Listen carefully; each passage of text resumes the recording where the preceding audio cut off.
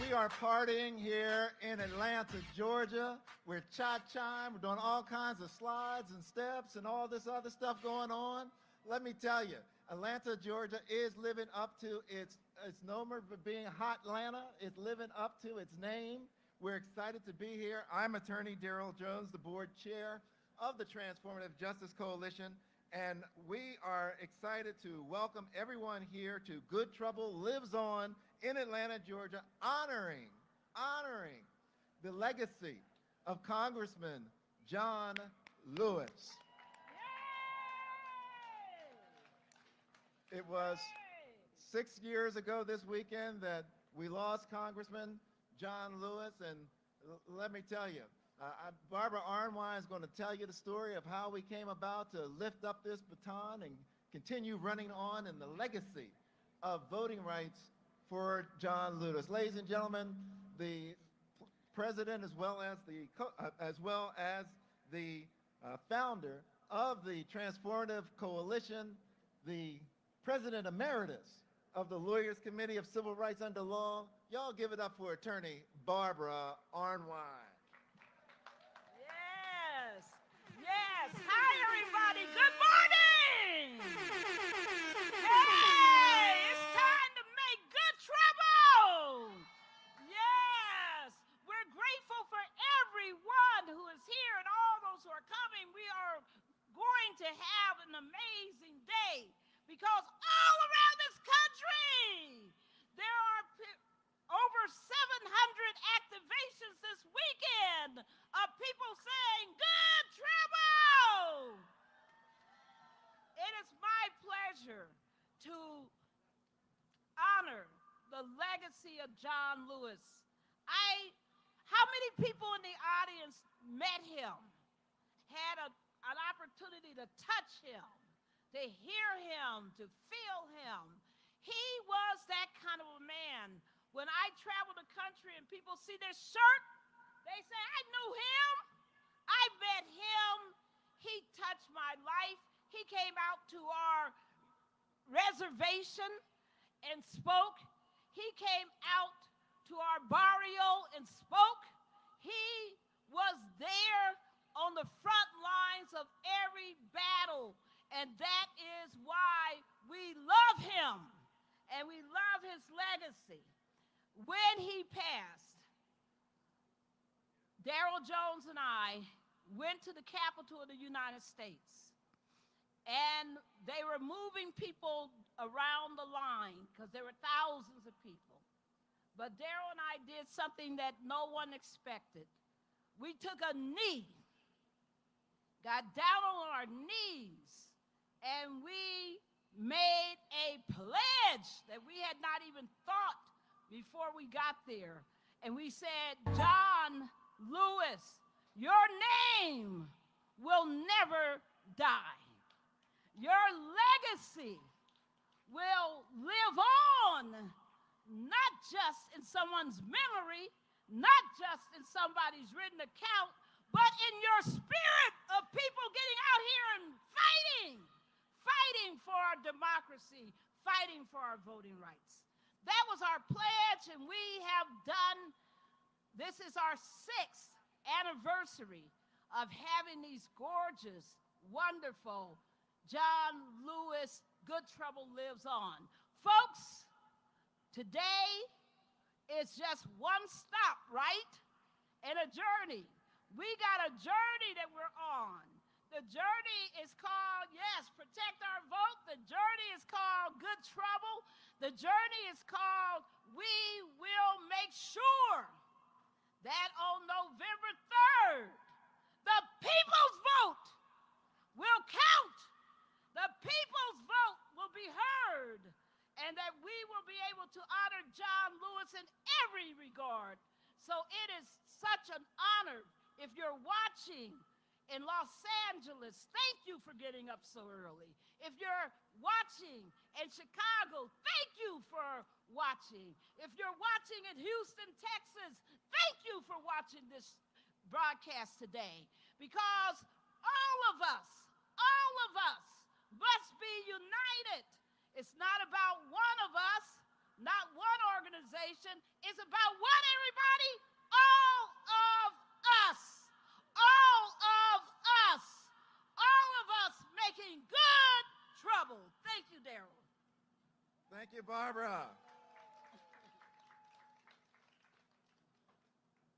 folks, there's no way we could begin this program without giving proper homage to our roots. Right. And I'm going to ask just a phenomenal lady, a phenomenal person, a phenomenal singer to come up and sing for us and open the program with what we call the Negro National Anthem. Lift every voice and sing. Y'all, welcome Kelly Banks. Kelly.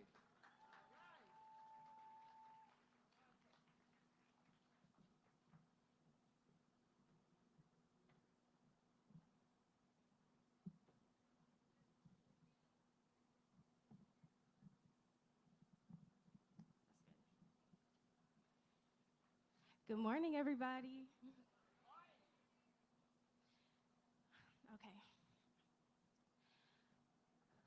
Lift every voice and sing till earth and heaven ring.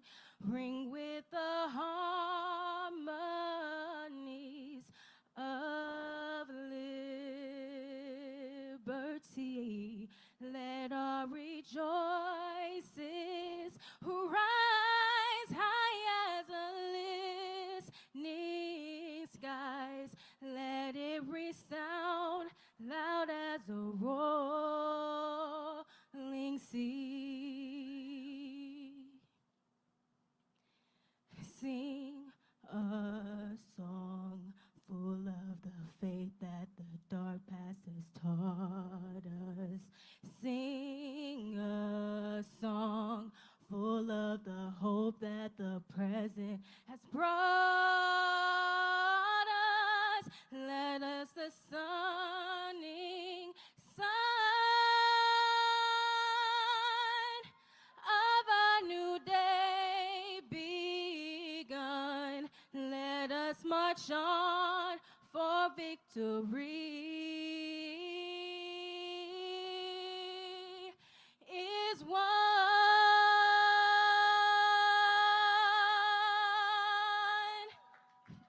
Thank you.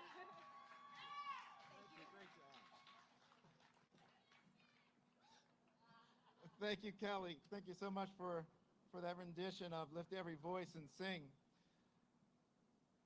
In the South, we try to pay homage to everything that the South would have us do and what Congressman John Lewis would have us do. We're going to now have an opening prayer. We're going to ask Minister Edward Ward to please come bring us in prayer.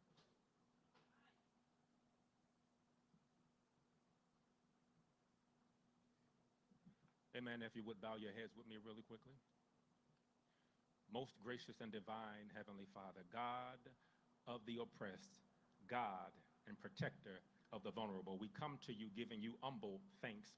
Thanks for the people who've arrived here today, God. Thank you for the folks who are not just rooted in this fight and grounded in this fight, but embody the fight for justice, embody the fight for freedom, embody the fight for democracy. God, we say thank you as we continue to carry the legacy of the enduring spirits of our ancestors, the legacy of the enduring spirit of John Lewis. God, we say thank you that the fight is not over, that victory is still being fought for. God, we give you thanks this day, and we ask that you would come into this space, God, that you will come into this great state of Georgia, and that you will show that justice shall once again roll down. Father, in the name of Jesus, we give you thanks, God, and we ask that you continue to guide our feet, guide our hearts, guide our minds, and guide our hands to do the work of mercy, love, and justice for all. In Jesus' name, your people said, amen. Thank you so much for that prayer, Minister Ward. You know, folks,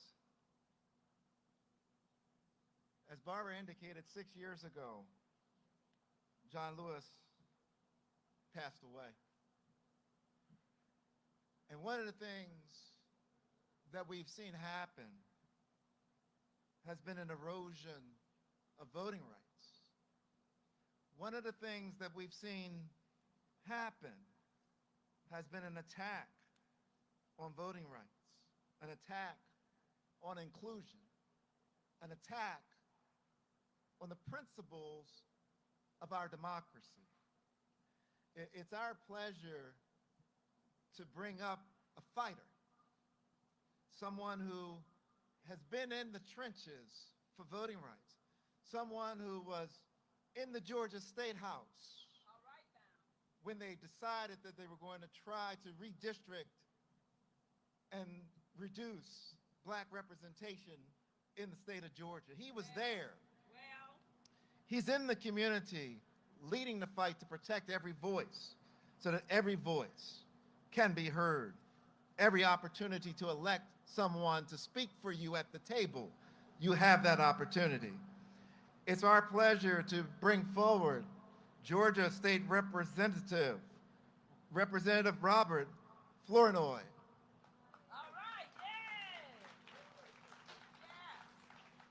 Georgia State Representative, District 74. Good morning, everyone. Now, I need us to have a little bit more energy because I need them to hear us on the south side, the north side, the east side, and the west side to know that we are here this morning to cause some good trouble. I said, good morning, everyone. First and foremost, I want to thank the organizers for inviting me and my wife. My wife is Jamila is here with me. I am Georgia State Representative Robert Flournoy, and I am proud to represent the 74th District here in the state of Georgia, which includes Henry and Clayton counties. And so this morning, we have some people from the south side. This morning, I felt like it was important for me to be here because oftentimes people might see the title and they might see us at the Capitol walking around proposing legislation or voting on legislation. But I believe that it's important for people like myself to be here because I would not be here if I was not standing on the shoulders of individuals like John Lewis who helped to pave the way for people like myself. And so as we gather today to honor the life, the legacy, the work of John Lewis, I'm reminded of one of his most famous sayings: get in good trouble, get in necessary trouble. I'm sure that we all have been privy to watching the television and seeing the man that's in 1600 Pennsylvania Avenue, I won't call his name, because they are trying to dilute what we have begun. In the summer of 1964, that was a freedom summer that individuals like John Lewis helped to start to push for our civil rights, for our voting rights. And we are standing here today in 2026, understanding that they are trying to dilute those very same rights. So we have to remember that good trouble means standing for what is right when it isn't popular. Good trouble means refusing to accept injustice as inevitable. Good trouble means believing that every voice deserves to be heard and every citizen deserves to participate in our democracy. Ordinary people did extraordinary things because they believed that the right to vote was worth sacrificing for. Some of them marched. Some were arrested. Some even gave their very lives because they understood something we can never afford to forget. The right to vote is just not a ballot, it is power. It is dignity, it is our voice. And we will not allow anyone to allow them to remove our voice because we have fought way too hard to have our voices heard. But today we face something different. We face different challenges, but the responsibility is still the same.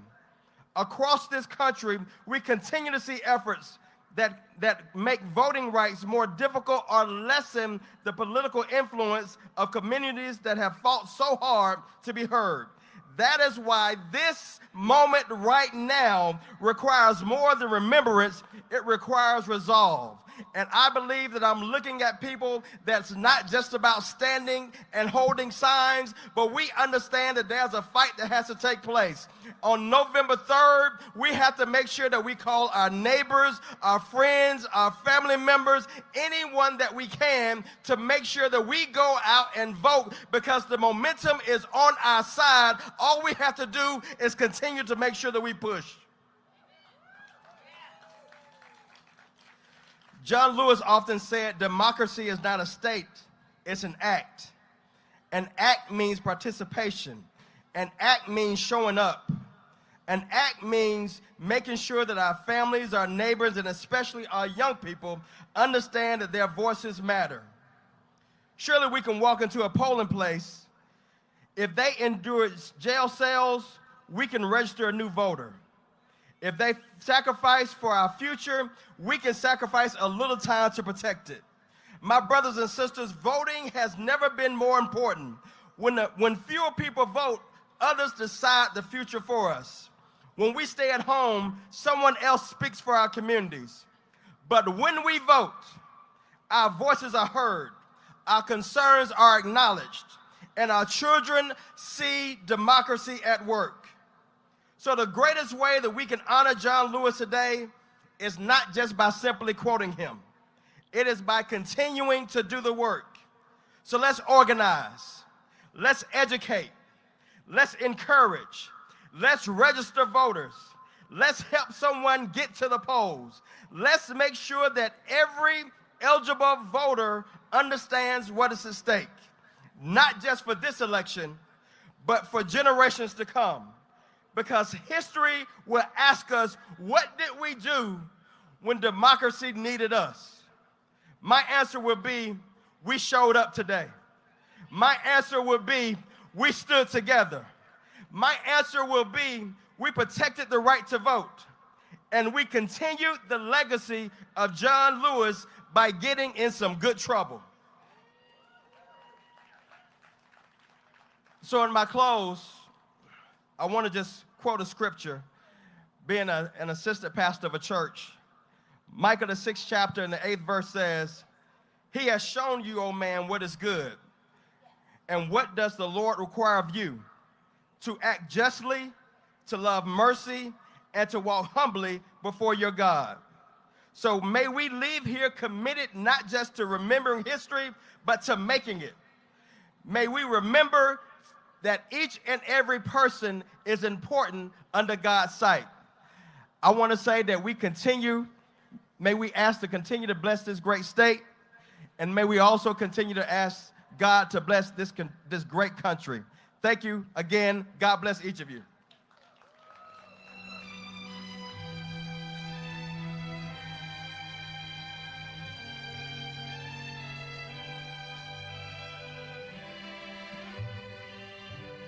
Thank you so much for those remarks. It is now our pleasure to welcome to the stage a wonderful singer who is going to bring you a song. Can I call on Aaron Stubbs to come and delight us with some wonderful music?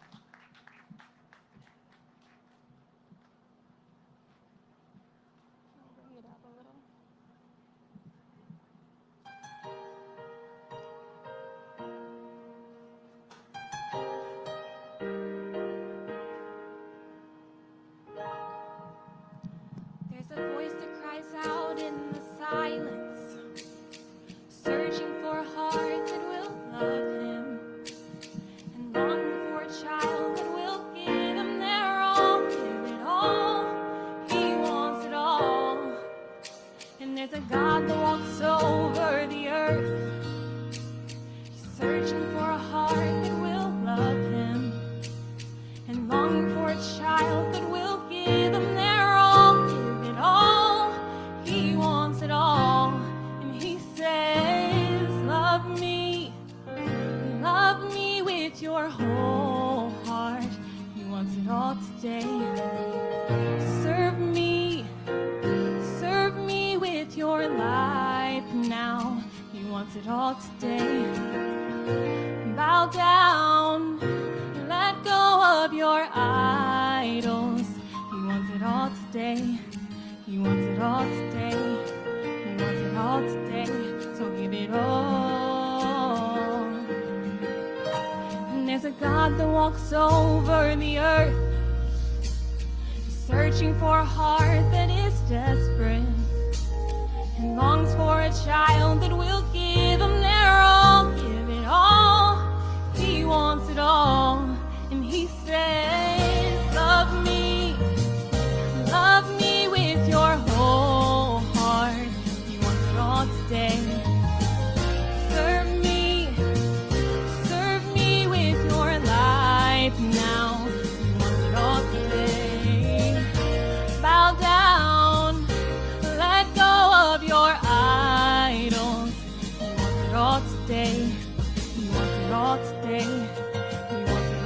today. He wants it all of you, more of you, wants it all today. All of you, more of you, wants it all today. All of you, more of you, wants it all today, today, today. He wants it all today. He wants it all today. So give it all. There's a voice that cries out in the silence. He searched for a heart that will love him and longs for a child that will give him their all. Give it all. He wants it all.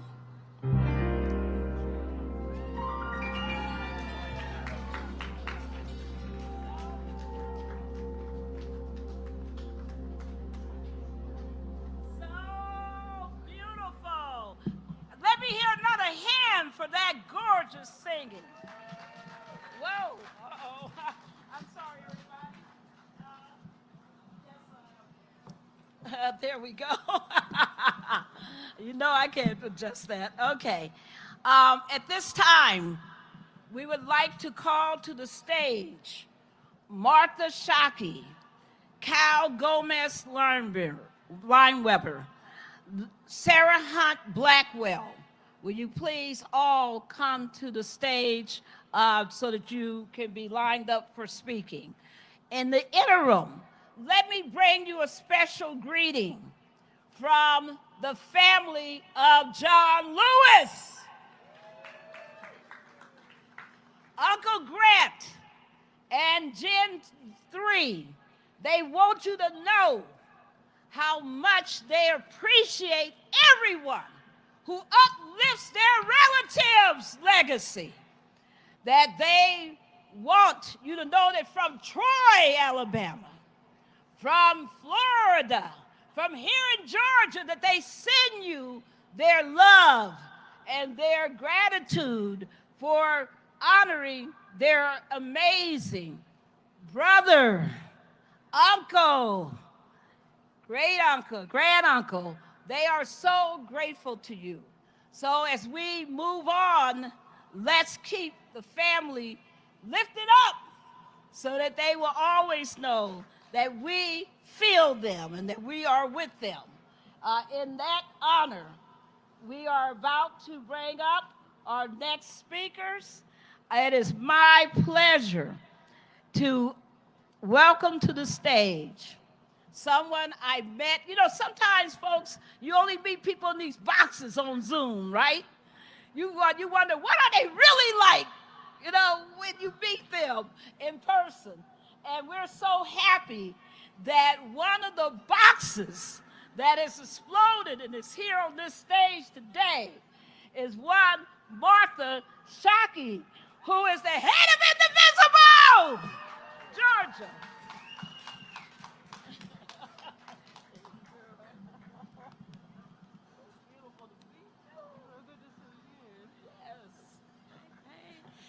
Hey, y'all. Welcome to Atlanta. I'm with the Indivisible Georgia Coalition, and our job is to educate voters and hold our elected officials accountable. We do that every day, 24/7. You can find our tent over here if you want to join us.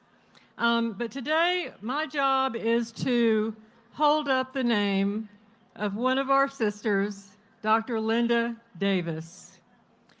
Dr. Linda Davis was a Savannah native, a very a respected and loved member of her community in Savannah.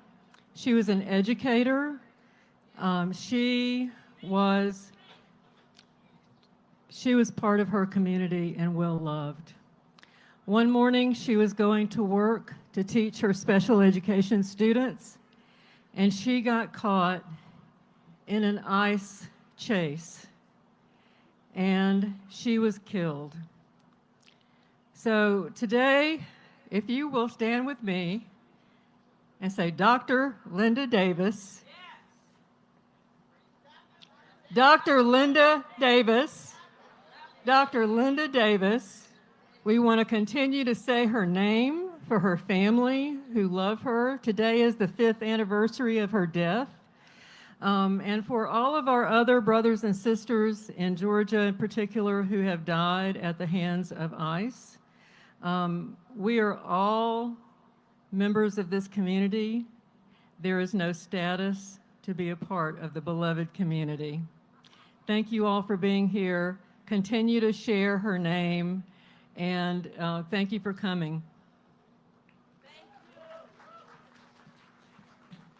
Thank you so much, Martha, for those words and for lifting it up. And folks, we've got to remember all those that are part of our community.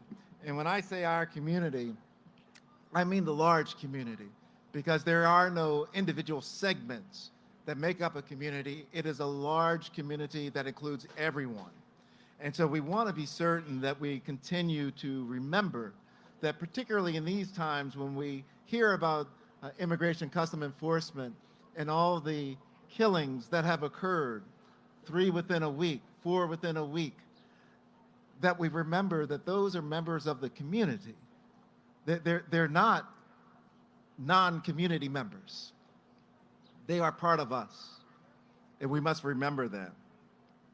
It's our pleasure to bring up to the stage the policy director from an organization that's based on grassroots here in Georgia, organization that is in Georgia, but all over America. Ladies and gentlemen, please welcome the policy director for Common Cause, Kyle Gomez Lineweber. Thank you, and good morning, everyone. My name is Kyle Gomez Lineweber, and I serve as the Georgia Policy Director at Common Cause. It's an honor to be here to remember and honor the life and legacy of a Georgia icon, Congressman John Lewis. More than 50 years ago, Common Cause was founded as a people's lobby, built on a radical idea that ordinary people, organized together, could hold power accountable and make this democracy answer to them, not the wealthy and not the powerful elite, but to the people. Over 20,000 Common Causers are right here in Georgia, and 1 million Common Causers live throughout the nation and carry that work forward. One of the great figures who helped shape that vision was Dr. Dorothy Height, a giant of the civil rights movement, the godmother of the civil rights movement, a woman who stood shoulder to shoulder with Congressman Lewis and Dr. King, who served as a founding member on Common Cause's National Governing Board. She understood that democracy and justice were never separate fights, but the same fight. That's the fight that John Lewis gave his life to. He taught us that freedom is not a state, it's an act. The continuous action each generation must take to build a more just society, not something we inherit and set on a shelf, something we do again and again, each and every day, or risk losing. So let's be honest about the moment we're living in. The Voting Rights Act that John Lewis bled for on the Edmund Pettus Bridge has been attacked and weakened. And across this country, people are dying as their constitutional rights are violated. Here in Georgia, human beings have died in ICE custody. We say the name of the most recent victim to lose his life in Georgia while detained by ICE, Jesus Manuel Arenas Silva. And just this month, this violence again turned to gunfire. In Houston, Lorenzo Salgado, a 52-year-old father driving his crew to a construction site, was shot and killed by an ICE officer. And this week in Maine, Juan Sebastian Duran, a 25-year-old father, was shot and killed by an ICE officer in front of his 3-year-old daughter, still in her pajamas. We say their names because a democracy that disappears people, that guns down fathers and mothers and loved ones in the street is no democracy at all. John Lewis told us exactly what to do in a moment like this. When you see something that is not right, not fair, not just, you have to speak up. You have to say something. You have to do something. He had his own word for that action. He called it getting into good trouble, necessary trouble. So here's your good trouble for today and moving forward. Yes, register to vote and make sure everyone you love is registered too. But if you want to do more, if you want to take an act of resistance, plug into the election protection work that Common Cause and so many of our partners do here in Georgia, because every voter deserves to exercise their right to vote with ease and confidence. And as conspiracy theories continue to be bolstered by this administration and its supporters, I call on you to support your poll workers, especially those right here in Fulton County, the neighbors who make democracy run and who deserve our thanks and our protection. John Lewis handed us the torch. The names of John Lewis, the names of Dorothy Height are why we carry it. The names of those who have lost their lives in custody of ICE, detained by ICE, are why we carry it. So let's make some good trouble. We can do it. Thank you.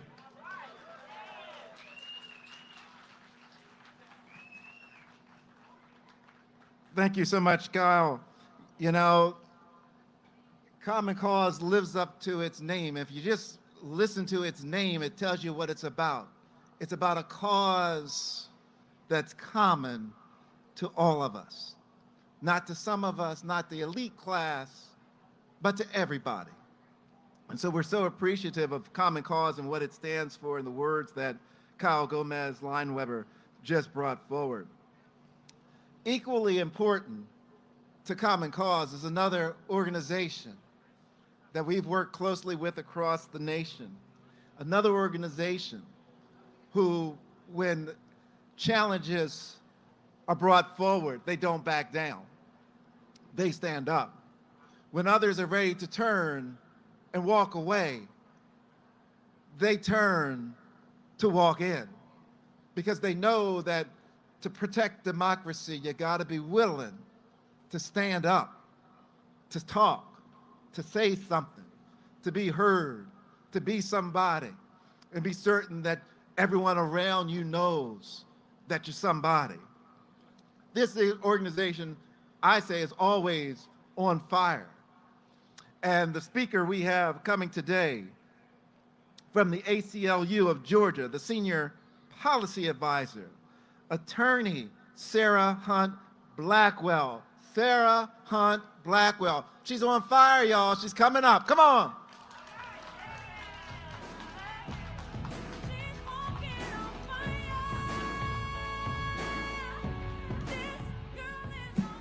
Hello, good morning, Atlanta. Good morning, how we feeling? Good, good. I'm honored to be here with you all this morning. My name is Sarah Hunt Blackwell. I'm Senior Policy Counsel at the ACLU of Georgia. I want to share a few thoughts with you all this morning on legacy, a word that we've heard a few times this morning already. After all, we are here today honoring the legacy of Congressman John Lewis and his fight for all of our rights. His life, his work demonstrates that legacy is proof of our priorities. Congressman Lewis made his priorities plain. He was unwavering in the fight to end racial discrimination using nonviolent action. He dedicated his life to the movement through his time with SNCC as a freedom rider, serving on the Atlanta City Council, and later as the representative for Georgia's 5th Congressional District. Exactly, clap it up for that. Congressman Lewis shared carried an unshakable belief in the power of the Black vote, a belief so strong that he excused a little bit of good trouble in order to protect it.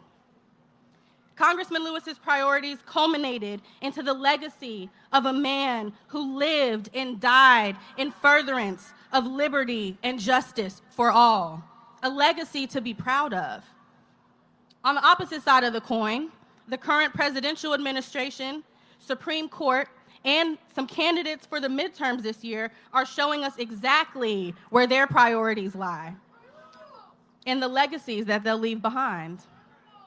Their priorities will leave a legacy of public mistrust, violence, and subversion of our democracy.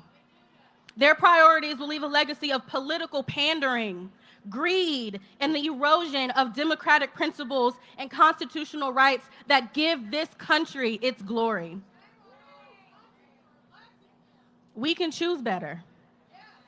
We can build a legacy that we're proud of. But our priorities, the priorities of the people, have to be aligned. Greek philosophy tells us that the whole is greater than the sum of its parts. I believe that the whole can only be as great as the sum of its priorities. What will we prioritize now in order to continue Congressman Lewis's legacy? Our legacy should prove that we prioritize fairness, where our districts and the legislators who represent them actually reflect the population. Our legacy should prove that we prioritize accountability, where our lawmakers truly act in service of the people instead of the mega rich and their own private interests. Our legacy should prove that we prioritize humanity above all else, where our government cannot murder people in the streets, attack people because of the color of their skin, or rip families apart. This country's legacy is in the hands of the people, of you and me. This November, we have to vote like our legacy depends on it, because it does. Thank you.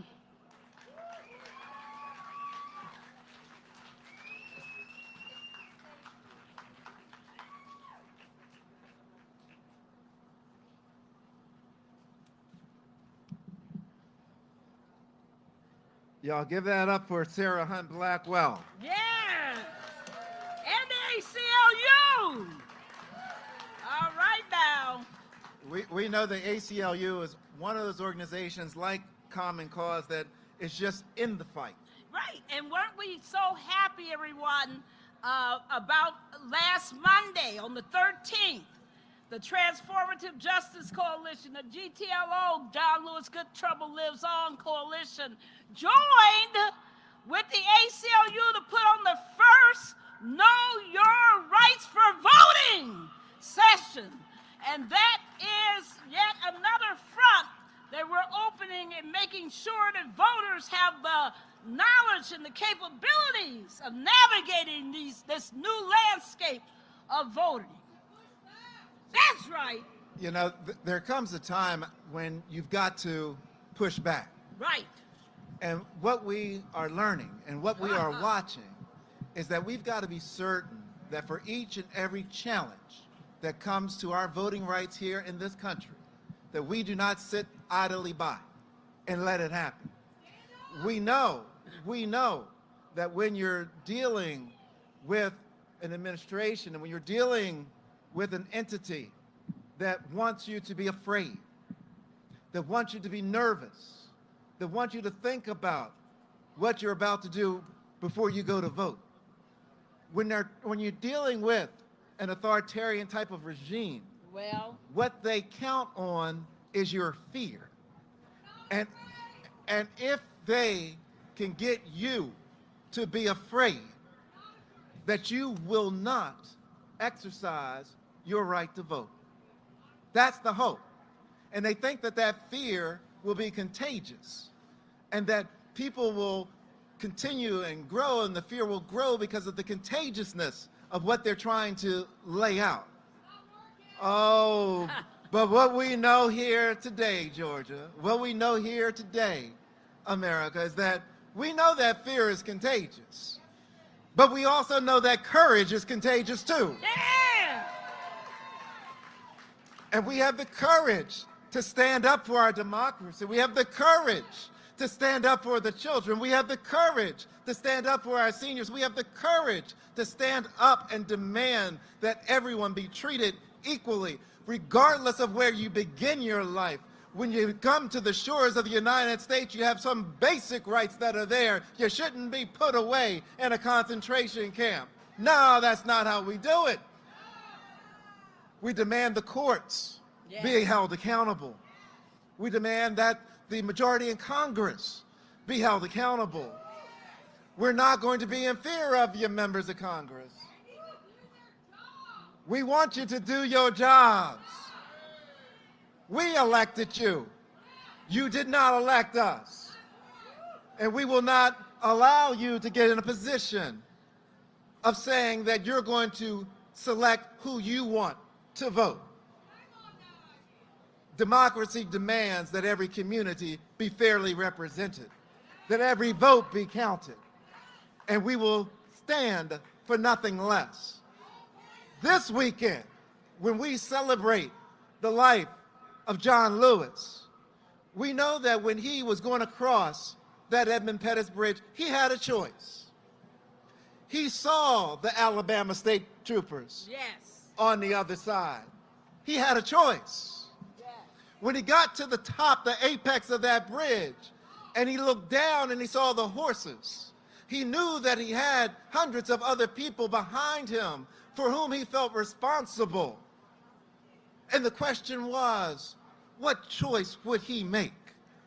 Would he make the choice of saying, my voting rights and my community's voting rights are so precious that I got to go forward? Or would he say, I'm concerned about what will happen to me if I move forward? We've got to make that decision that he made, that those that were behind him and were coming behind him, the generations that are becoming behind us, we've got to make the choice to stand up. We've got to make the choice to cross our Edmund Pettus bridges that are in our community, that are here across this country today. We're at an Edmund Pettus Bridge moment. But the question is, will you cross it? Or will you turn around and retreat? That's the decision that we're making today in this country. It's our pleasure to bring up somebody who knows a thing about crossing Edmund Pettus bridges, who knows a thing about crossing. Well, everybody, I want you to know that you made this nation proud, Georgia, because you turned it out and you showed your state legislature what you were made out of, that we will not allow them to abuse us. We are so blessed to have one of the many leaders of that amazing campaign to say, you won't take away our voting rights. You won't mess up our districts. You won't be racist on our watch. We want to bring up right now one of the most amazing attorneys in the country. And I don't say that because he's one of my fraternity brothers in Alpha Phi Alpha. I say it because he is a great attorney and a strong leader. Y'all, give it up for Brother Gerald Graves.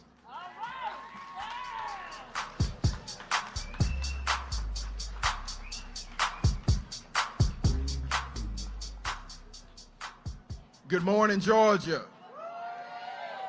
Come on, y'all can do better than that. Good morning, Georgia. You know, when Daryl and Barbara asked me to come, it was a no-brainer because John Lewis was more than a congressman. He was more than a statesman.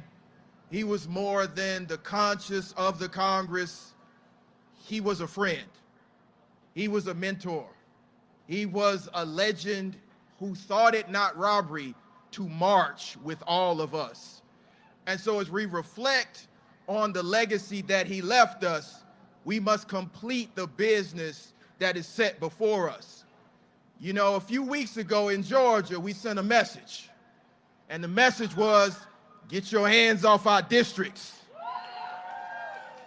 We marched from this hallowed hall here at Big Bethel A.M.E. Church down to the Capitol.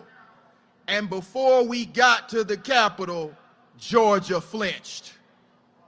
Not because it was a thing of goodwill, but because the people were speaking. Now, I remember the last time that I marched with John Lewis. It was Families Belong Together when they were putting children in cages under Trump's first administration. And he told us at that march to stay in the streets, to continue to get in good and necessary trouble, because it is incumbent upon us when injustice shows up that people of good conscience show up. And so I know that he's smiling down on us right now from heaven, dancing to happy, and focused on what will happen in November. But we have to remember that John is now resting, and he has passed the torch on to us. So 50 years from now, what will people say that we did? 50 years from now, what will people write in the history books about our Edmund Pettus moment? What will people say when we stood up to our Bull Connor and we stood up to our George Wallace? Well, I'm going to tell you what they're going to say. The same thing they said in November of 2020, when we made sure that somebody couldn't find 11,780 votes. And then we locked him up. We must remember that Georgia is the birthplace of civil rights, and Georgia will be the birthplace of social justice, because our ancestors have ceded us the courage to speak truth to power in season and out of season. So I will close with this to my dear brother John. You left us in good hands. There are legions of warriors now, and we, as in the words of the great Negro spiritual from Atlanta, we ain't never scared. Thank you, guys.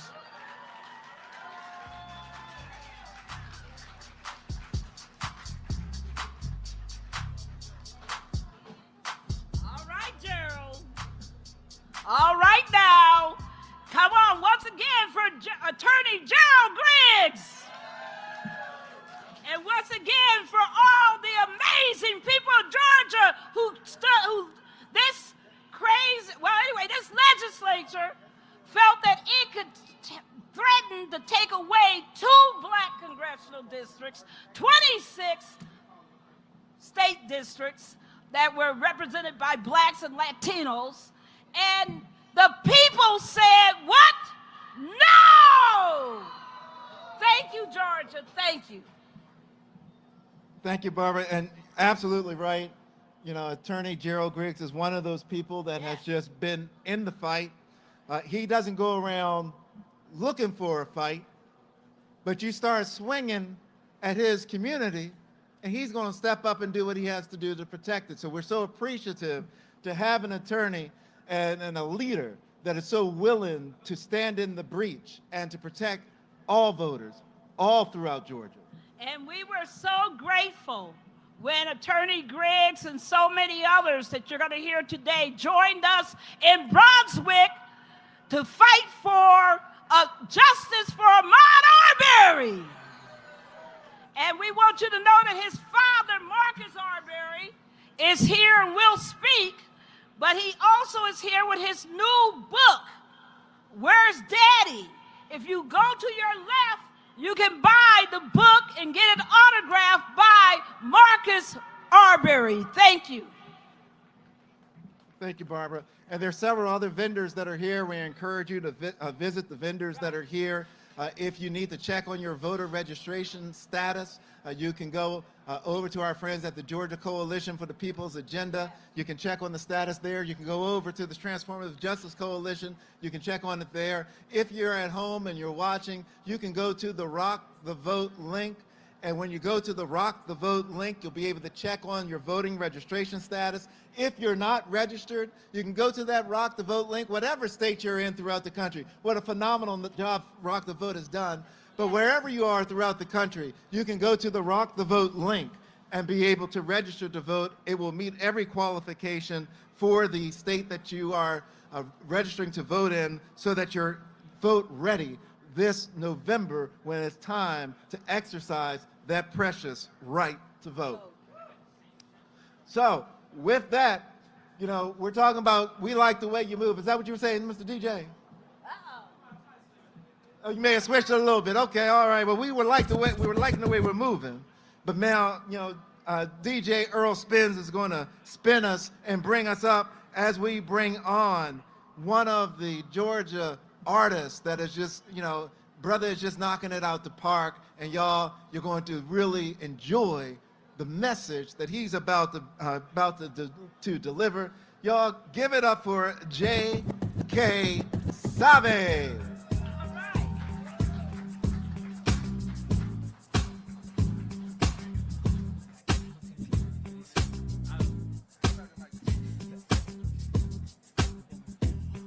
Hey, hey, to the left, here we go, to the right, to the left, to the right, to the left, to the right, to the left, to the right, yeah. Love some Michael Jackson. Here we go. What's up, DJ? How's it going, everybody? How we doing out there? There we go, there we go. My name is J.K. Savvy. Thank you guys so much for having me. I'm an original Atlanta artist here, signed to a local record label called Love Village Records. We're so happy to be here and be able to perform for you. And we've got some nice, positive, uplifting music for the community, all right? So I have 2 songs for you guys. So this first one that I'm gonna do is more of an introduction to myself. It's called David's Heart. And so it's all about having the heart of David. I think a heart that John Lewis had when he was overcoming the challenges that we all face today. When making good trouble, there are challenges that we come and face every day. And so you walk with God in order to have the strength and the courage to walk in those challenges. So this is all about my declaration and how we all have some semblance of David's heart with us, all right? Hey, and it's real swaggy now. We can stand up, hey, we can move with me, we can groove with me, now clap.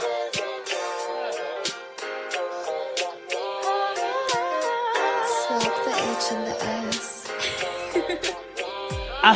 When you hear this voice coming loud through your television or on the phone or radio, you can tell the mission. I was tripping, how was shooter missing? He fixed my vision, now my aim is the purest with this true religion. I'm spades with the sin, cutting it off. Trump type, poker face, I'm never showing my card. Satan thought he had a win, play the ace of the hearts. I play my God, big joke of the card. I know that God made me with the mission, I'm about grind. I'm in step with the light, and I now shine to the ends of the earth with a pound sign. And I'm a West Coast boy from the South Side, from the Zoo Twins. Atlanta made me. I love Blast, Outkast, Snoop, and Baby. Hey, I design, yeah, I been all of my style. And I'm a West Coast boy. And listen up, it goes 1, 2, 3 to zone 4. I'm coming with the kingdom, and we kicking down the doors when I'm spitting this rhythm. So intentional and pure. And yeah, my name is Jordan, so I'm killer with the flow. It's water, it's dripping out me. The Holy Spirit living in me, I can't live without him. Atlanta made, rep my city proudly. God gave me the style, he made a real southern boy with a West Coast smile. Like the smooth through the breeze, through the LA trees. Hear the cadence, I deliver with ease. UPS, how I pack and ship it. The method is so relentless, like the summer sun in Georgia, how I'm bringing the heat. The beat bang got the speaker knocking. That's how I'm rocking with my G.O.D. You see we locked in. I'm always fighting in the demons just like Pee Wee boxing. My confidence is justified because I know who got me. Man, I know that God made me with the mission, I'm about grind. I'm in step with the light, and I now shine to the ends of the earth with a pound sign. And I'm a West Coast boy from the South Side, from the Zoo Twins, South Atlanta made me. I love Blast, Outkast, Snoop, and Baby. Yeah, I design, yeah, I bend all of my style. And I'm a West Coast boy from the South Side. I'm from the Swats, never stayed on the block, but I got the heart of David, how I'm slanging the rock, chasing my God, worshiping and writing these stanzas. I get the jigging and victory. You know I'm a dancer, he a South Side boy too. Listen what I told you, come from up outside, brother, you know what we gon' do. Killing Goliath and anyone that oppose him, fighting all the battles so my my God, get the glory story. Cause our flesh is similar to. I was chasing after women just like every dude. Just like him, I was a coward when I faced with the truth. Seen the error in my way, so now I'm sticking and moving. I got someone that call me Dada. Reason why I'm trying to live this life great and be a real big papa. Biblical scholar, staying with the agua. Walking in step with designer. I know that God made me. Yeah, with the mission, I'm about grind. I'm in step with the light and I now shine to the ends of the earth with a pound sign. And I'm a West Coast boy from the South Side, from the Zoo Twins, South Atlanta made me. I love Blast, Outkast, Snoop and Baby. Hey, I design, yeah, I bend all of my style. And I'm a West Coast boy from the South Side. Hey. Yeah. Thank you guys so much. Like I said in this song, I'm really Atlanta made. I was born on Cascade Drive. I went to this school, great Georgia State, for years and years. Clap it up for downtown Atlanta. Yes, yes, yes. So this next song is all about winning again. So just in the climate that we have today, we have been taking a lot of losses. There are things that we have learned over this time period that we would have never learned without having gone through those losses. And so the beautiful thing about is learning lessons and going through losses is that we get to go to wins. When we come back together, we reconvene, we figure out, hey, what went wrong? So now we can get it right. And it's all about, after you make the mistakes, after stumbling, after falling down, it's all about getting back up and going for its victory. So this next song is called Winning Again. And it's about how I did it in my life. But I do need some help from you guys on this one, okay? So I'm going to put my W up, and that's going to be your cue. Once I put the W up, I just want you to say, winning again, winning again, winning again. Can you guys do that? Can you guys do that for me? All right, we're going to practice. I like to practice and do some muscle memory. So when these W's go up, I just want y'all to say, winning again, winning again, winning again. Sound good? All right. Okay, okay. One more time. There we go. Go ahead. Yeah. This is another one, too. I think this sounds real Atlanta. You got the trumpet sounding. That's the sound of victory, you know? Yeah, yeah. Listen. We straight to the top and we never gon' flop. Back from the trenches, we in it again. I got my God on my side, you know we gon' ride. Stay down until the very end. Used to be down, down, down bad. Through my pride, I got humble real quick. Prodigal son is returned, my lesson been learned. We back and we winning again, we winning again. Y'all turn. Winning again, winning again, winning again. And you already got it. We winning again, winning again, winning again. Hey. Winning again, ayy. Prodigal son is returned, my lesson been learned. We back and we winning again. We started at the bottom first cause we down bad, but I found a way to the top. I was on Drake time, was so far gone, but more life got me non-stop. Sorta like Corday as a lost boy. For more cost, I took more loss, but like Kanye, I got more power from the cross because Jesus walks in that cross. So now I really got purpose. I switched the lane and I changed the game. Now my God is who I be serving. Better check the name, but don't check the fame, cause I don't need that, I'm not worthy. But it don't mean that I'm not clean, cause I'm fresher than some detergent. Cause my sin is what I'm deterring. So to make it home, I'm deterring. And I fight for it like a hockey team, that's why I still blood on my jersey. And I'm in the field, I ain't scared to fall. Call me Will, cause I'm about to boss. In 100 clips, call my demons Ash, catch them. And they finna catch them all. Then I go straight to the top and we never gon' flop. Back from the trenches, we in it again. I got my God on my side, you know we gon' ride. Stay down until the very end. Used to be down, down, down bad. Feeling my pride, I got humble real quick. Prodigal son is returned, my lesson been learned. And we back, 1, 2, 3, 4.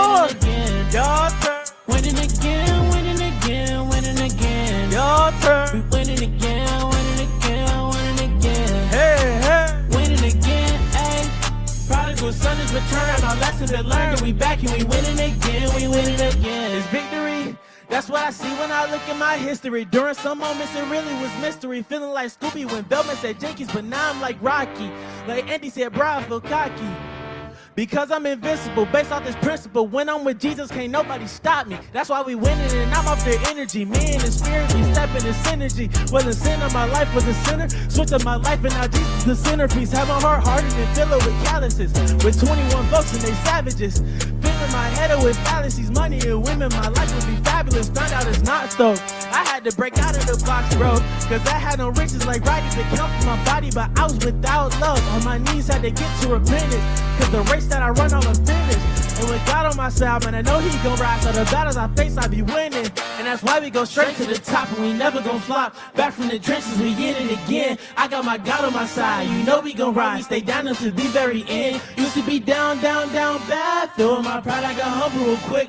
Prodigal son is returned. My lesson been learned. And we back and we winning again. We winning again. What we doing? Say it louder. One more time. Prodigal son is returned. My lesson been learned. We back and we winning again. We winning again. Thank you guys so much for allowing me to come perform. My name is JK Savvy. You can find me on all social media platforms at JKSVVY. The music is out on Apple Music and Spotify. JK space Savvy. Love you guys. Thank you so much.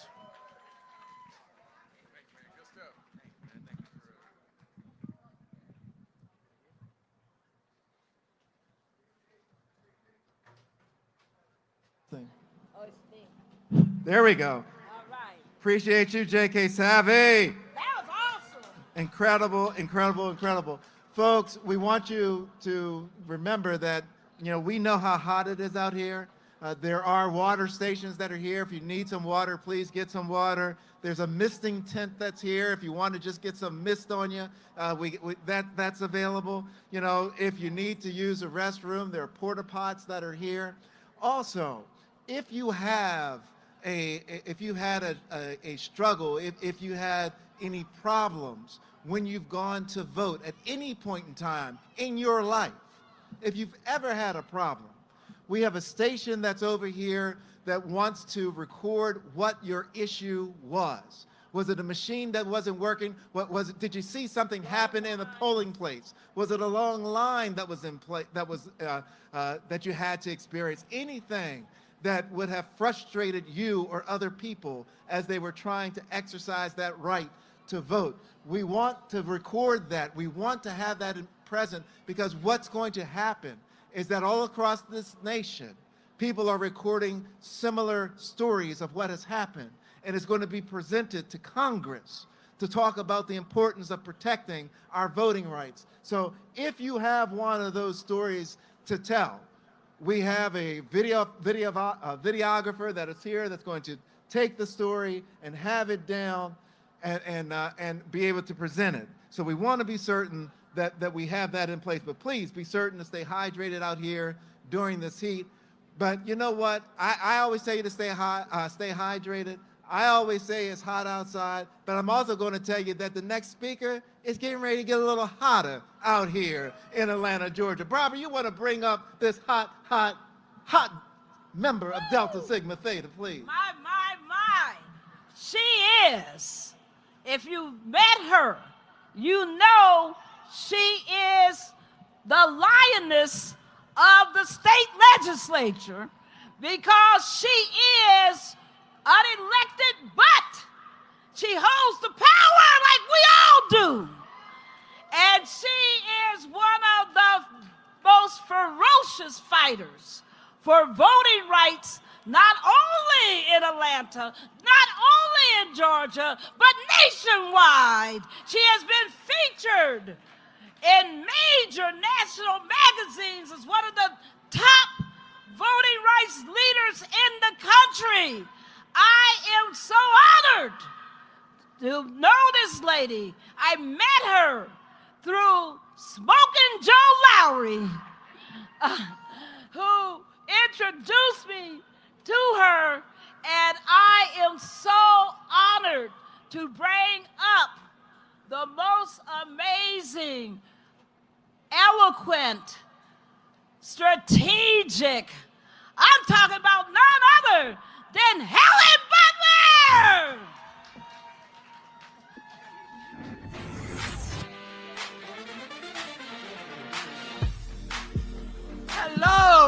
ATL. Fired up, ready to go. When we fight, all right then. I am Helen Butler, and thank you, Barbara and Daryl, for this great commemoration of a great civil rights leader. And of course, I'm Helen Butler, Executive Director of the Georgia Coalition for the People's Agenda, as Barbara said, founded by the Dean of the Civil Rights Movement, Dr. Joseph Eccles Lowry. But I am here today to talk about another great leader. You know, Atlanta had all of the civil rights leaders. C.T. Vivian, Andrew Young,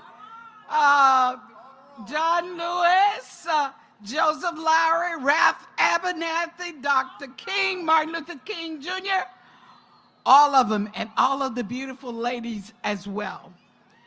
But I'm here today to talk about the legacy of Congressman John Lewis. And I'm so happy that I was able to work with them for voting rights. The People's Agenda mission is to improve the quality of governance by having an active, means you got to do something, informed, you got to be educated, electorate that holds its elected officials accountable. Well, you know, one of the great sayings of Congressman Lewis, Barbara, was, if you see something, say something, but more importantly, do something. Well, I'm here today to say, you know what I see in Georgia is high inflation. I see gas that takes about $100 to fill up an SUV, right? I see grocery prices. We bought a case of water today was $12. We understand that healthcare is skyrocketing because we lost access to affordable care, right? I see that a lot of people are unemployed because they talked about DEI is not the way to go, right? Wrong, definitely wrong. But you know what? I'm saying something about those things. But more importantly, you know what I'm going to do? I'm going to vote. I'm going to show up at the polls. I'm going to check my status first to make sure I haven't been purged, Barbara, because there have been over 300,000 people that have been challenged about their eligibility to vote, right? So I got to check my status to make sure everything is just right. Then I got to know who's on that ballot. I'm going to go to my voter page and print out my sample ballot. I'm going to mark it, and I'm going to take it with me to the polling locations. You know, my knees hurt so badly, but sometimes I don't feel like driving. But the People's Agenda will offer free rides to the poll. Anywhere in the state of Georgia that you need a ride to the polls, People's Agenda will be there for you. No excuses. Then, you know what, Barbara? I met Barbara because she was the founder of the Election Protection Coalition that really protects that right to vote. So we're going to have poll monitors, people at polling locations that will assist you to make sure you vote and that you're not turned around. We're going to make sure after all the votes are cast, we're going to go observe the counting process at local boards of elections when they do it. So when you talk about voter fraud, which there hasn't been, we're going to make sure that every vote counts. Now listen, we know the post office is trying to stop us from voting. So absentee may be a little difficult, but we're going to get around that too. But we want you to go vote early. What did I say? We're going to vote what? We're going to vote when? We're going to vote when? All right, we're going to vote early. And that is the best way that we can honor Congressman Lewis, is by standing up for what's right. We're going to see something, we're going to say something, but more importantly, we're going to do something. And one actionable item I want you to do before Election Day is mobilize your block. That means you're going to make sure everybody on your block is registered. They know who's on the ballot. They have a sample ballot. And then we're going to help them get to the polls to make sure their vote counts. So go do something to honor Congressman Lewis.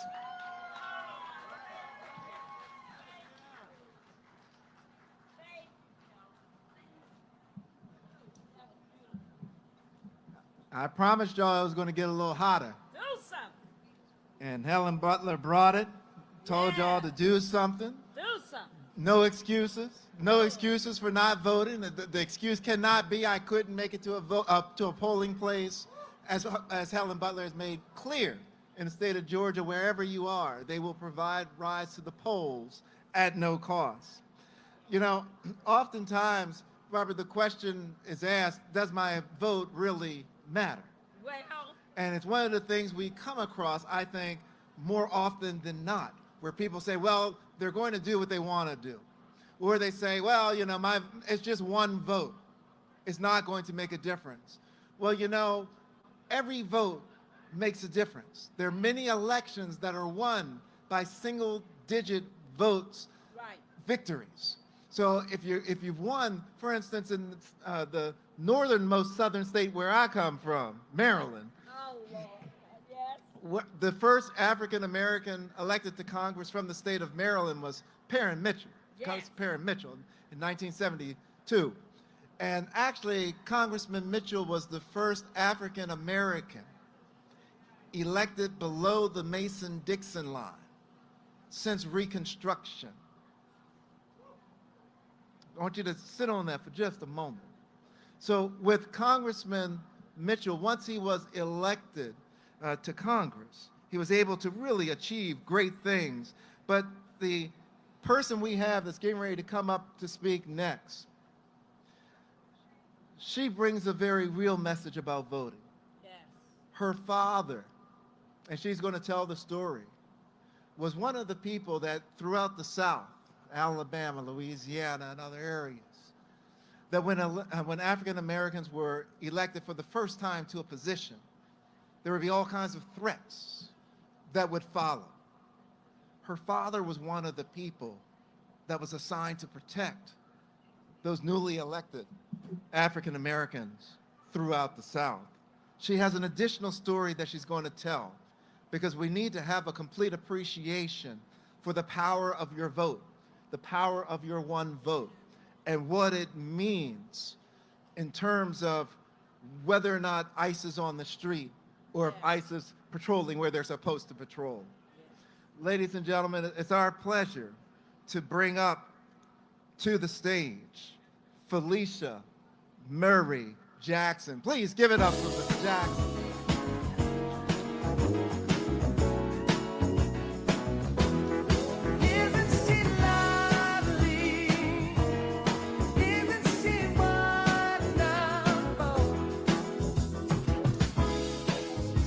Hey, good afternoon, good morning, good day, wherever you are. I'm Felicia Murray Jackson, the sister to Dr. Linda Davis. And this is Linda's daughter, Ariana Jack. As many of you know, my sister and Ariana's mother was actually killed on February 16th, 2026, when, during an ICE enforcement, she was hit and killed. My sister was on her way to work as a teacher. She taught first grade and kindergarten special ed students in a public school.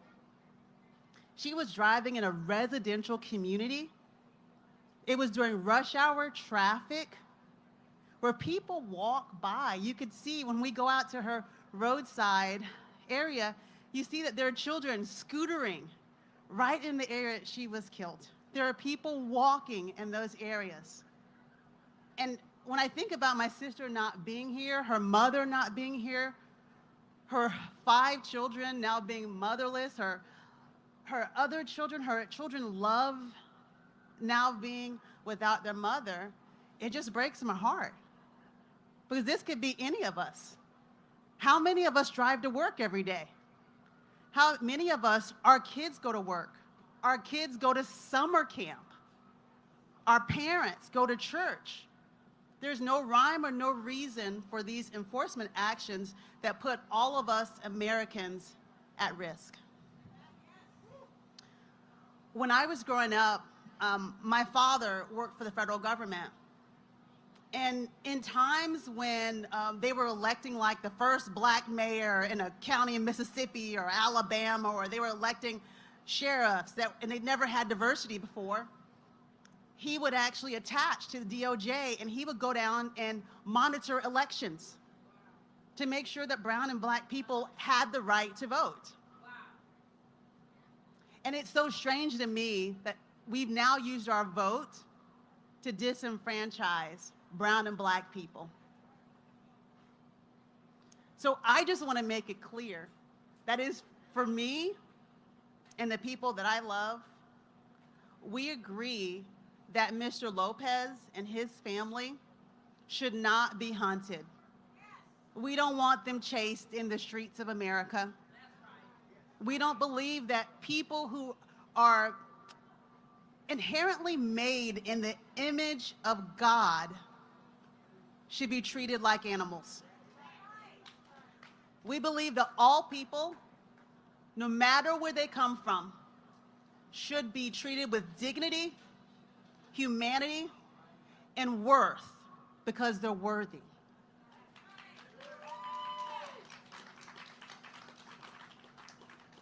Thank you all for all of the prayers, for all the love, and for all of the support we've gotten. You know, somebody's out there praying that we're getting extraordinary amounts of kindness because we're seeing it coming true in our lives. So we thank you and we love you. Thank you for continuing to fight for our rights. Thank you for continuing to keep my sister's name, Dr. Linda Davis, on your minds and in your hearts and on your voices in your social media. Thank you for surfacing up her name to your congressmen, your senators, your local officials, because her life matters. Just like the lives of your children, your mothers, your fathers, anybody who leaves their house or even doesn't has the right to come home safely. And thank you for lifting up the family of Oscar Vasquez Lopez. Because I'm just convinced, and it might be my own personal conviction, that when that man left his house that morning to drive to his job, he did not plan on being chased. He did not plan on being involved in something that eventually was a part of my sister's death. So please pray for him. Lift him up as you continue to pray for us. Thank you so much.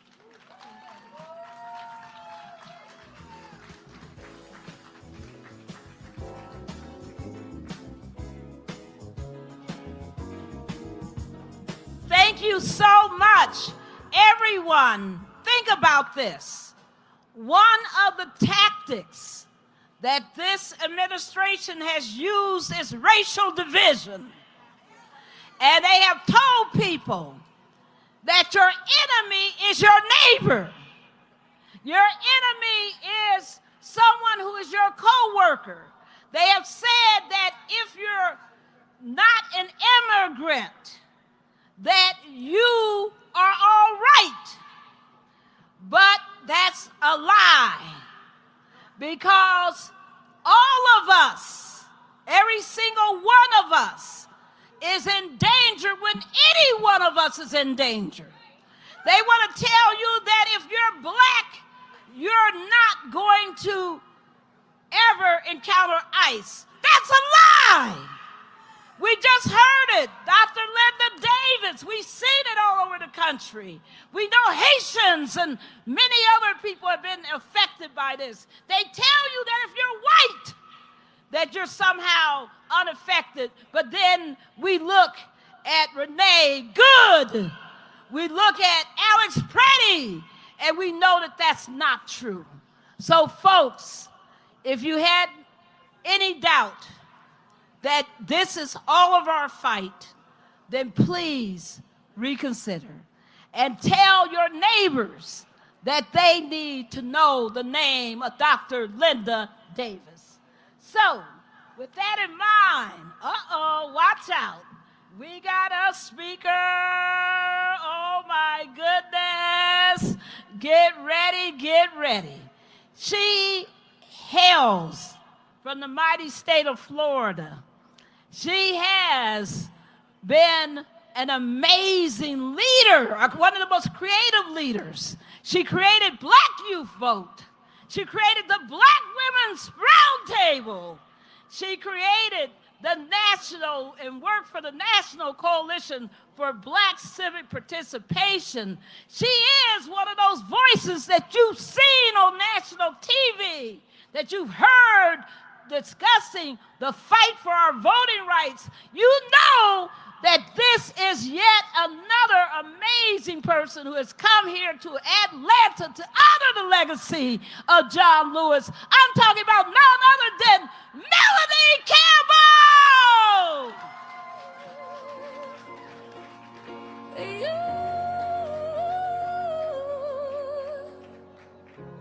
The silence is in quiet. How you doing? How you doing, Atlanta? Now, anybody outside of Georgia here or outside of the metro Atlanta here? Everybody in Atlanta? Well, first of all, I want to thank Barbara Armwine and her team and her transformative justice and Brother Jones for their leadership, for their tenacity. I actually, she said Florida, but I spent a good 20 years working for the late Maynard Jackson during the early 90s. So I was a child prodigy. And have finished Clark College, now Clark Atlanta University. And we have a social justice institute over at the institute. The other part of connecting me to Atlanta is Helen Butler, who's our leader.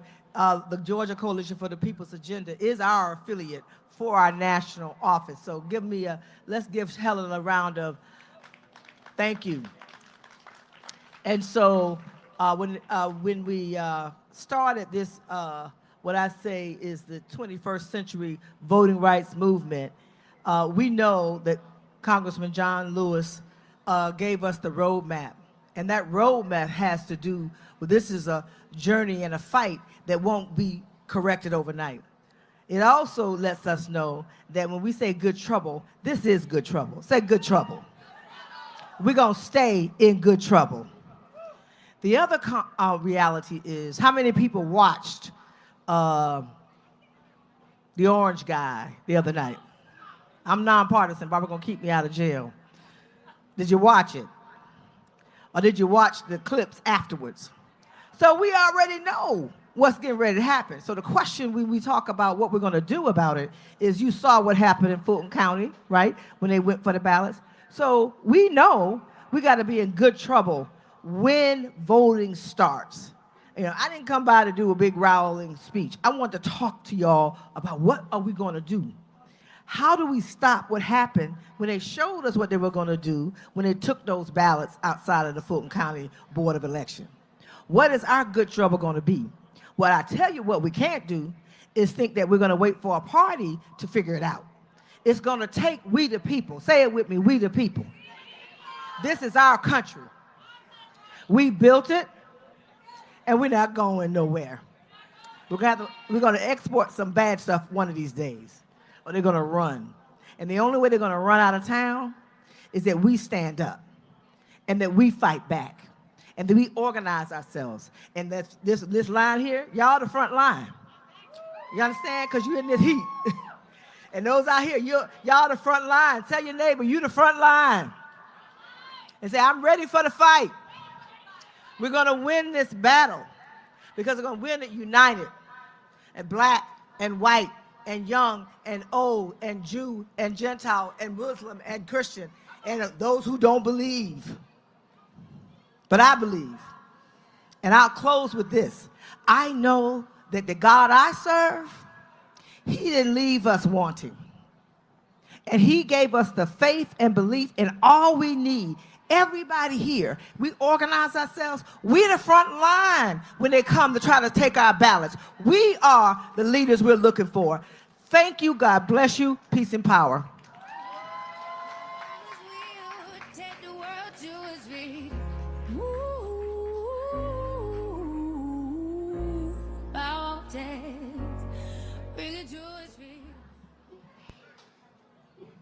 All right. We're going to keep rolling. Let me tell you.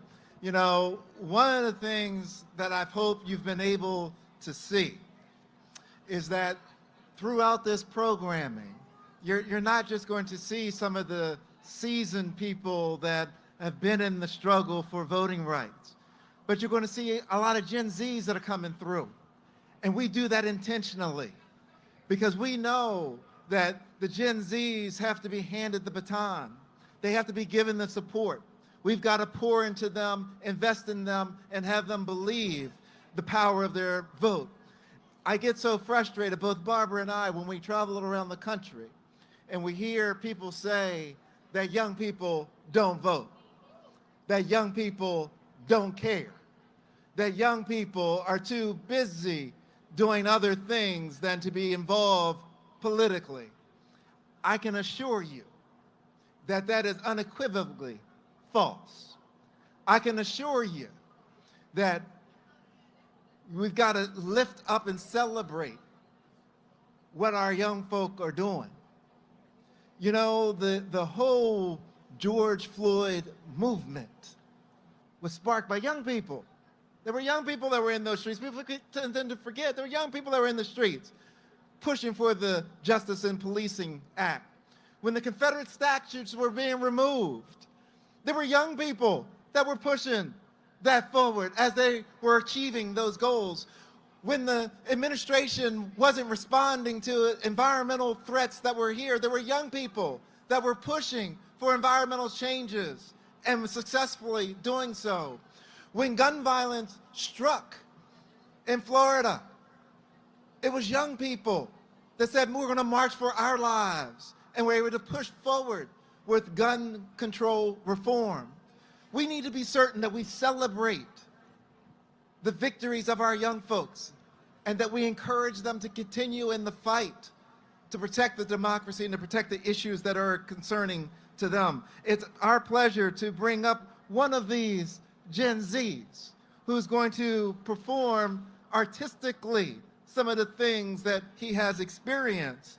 And let me tell you, the brother hails from Belize with his parents who were immigrants, and you're going to hear all about it. But, you know, rather than listening to me talk about it, let me bring the Gen Z on up. One Love, come on up here, brother. Come on up here, One Love.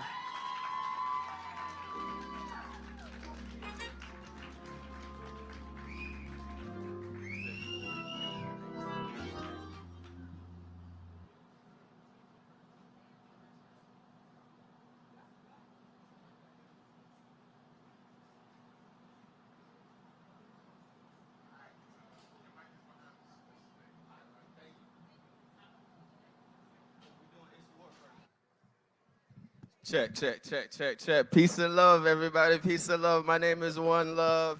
I am the founder and CEO of Love Village Records. We are an indie label based here in Atlanta, we strive on creating positive, uplifting music for the people that need it the most.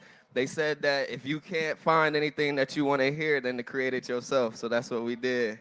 So we strive on being the change that we wanted to see. Earlier, we had one of our good brothers and another label mate of mine, J.K. Savvy, come on early. You guys enjoy that? All right. Well, they said the boss man had to come and give y'all some flavor today. Can I do that? All right. Before we start, you know, I got to check the soil because we only produce fruit in Love Village Records. So with that being said, I'm going to go neighbor, and you guys go neighbor. It's love here. Neighbor, it's love here. Okay, the soil seems right, So I'm gonna go like this. When I say one, you say love. One. When I say love, you say village. Love. When I say good, you say trouble. Good. Oh, let's do it. I think we ain't done yet. You personally? I think we ain't done yet. Can I rap for y'all today? This is another Love Village Productions. Yeah. Shout out K Jungle on the beat. Clap. Support one love. Clap. I'm in my backpack. Good slap. Yeah. I ain't into the back and forth, you can take that to court. Young Jedi, proficient with the force. You been losing in the game, homie, shake the score. It's the fourth, you down 23 splits with the white Henny. You love snow, taking trips with Jenny. Same Jenny from the block, so your nose stay runny. So many whites on the nose, looking like young thuggies. I ain't no dummy, money come in cases like lemons. While your homies catching cases like dummies. I would've laughed, seeing the system win just ain't ever funny. We at war. We at war. From gun straps, booby traps, money sacks, and the demons getting paid off of all of that. We at war. They getting paid. The hood got 5 more years on its sentence. The hood got more beef than lettuce. They got our music sounding like a death fetish. That's hot dog, they still relish. Embellish, truth, they don't tell it. Constant death and sex, they will sell it. And we go buy it, cause our minds been frying. 5 G's just to take you out. Asian fried wings just to clog you up. Government schemes so the babies don't grow. Slaving on your job even after you old. It's no soul, it's no spirit. Try to open them to the truth, they don't hear it. It sound like Jesus came back today, so don't fear it. Getting extra close to the sun, I'm too near it. Why? I'm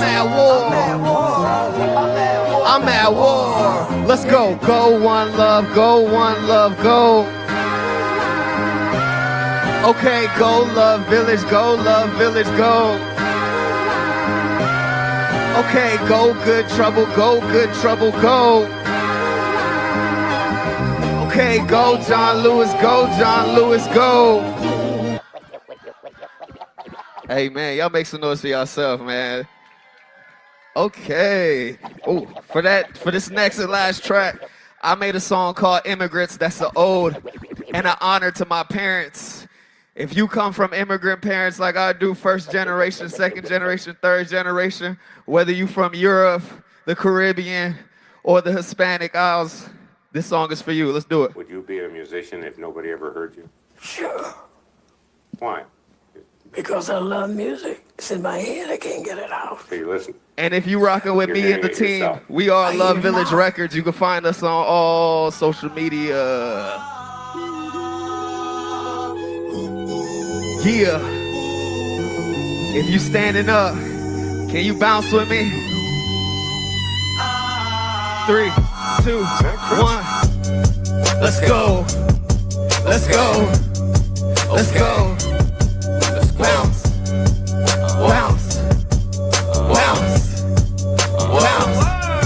Okay, my parents was some immigrants, and it's still lit, and we still here, and it's no fear. My parents was some immigrants, and it's still lit, and we still here, and it's no okay. The land of the free, you can be what you can be. If you wanna taste the drink, you just gotta taste the drink. It's the land of the free, you can be be what you can be. If you want to taste the drink, you just gotta taste the drink. Oh, I've been working on my thing, it's like something that you ain't seen. It's a brand, it's a team, it's a family with a dream. I ain't never want no bling or to be on TV screen. I just had to take a peek at what they had behind the scenes. They call that background, but I'm in the front now. No, we will not back down. Like I'm G-Ma Hunsu. If you wanna stay proud, they might want to hunt you. You see what the guns do, you see what the drugs do. I just do this for my mama who was always watching drama, but this is not reality. Even if it's on TV, I do it for I can't breathe. I do it for G.O.D. The politics and politics will never corrupt. Okay, my parents was some immigrants, and it's still live, and we still here. And it's no okay, my parents was some immigrants, and it's still live, and we still here. Okay, it's no okay, the land of the free. You can be what you can be. If you wanna taste the drink, you just gotta taste the drink. Okay, the land of the free. You can be what you can be. If you wanna taste the drink, you just gotta taste the drink. Okay.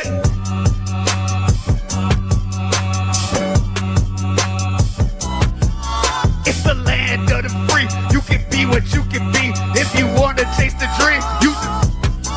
Okay, my parents was some immigrants, and it's still live, and we still here. And it's okay, my parents was some immigrants, and it's still live, and we still here.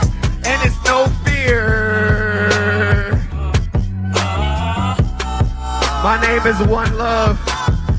You can find me on social media at Love Village Records. You can find all of our talented artists that's making a difference, that's bringing you spiritual fruit, physical fruit. We just want to be the change that we want to see. So follow Love Village Records to find me and all of our talented artists. Shout out Good Trouble Lives On. Shout out my brother AJ Commissary Jr. for bringing us out tonight and today. I love y'all. I appreciate y'all. And keep being the change you want to see.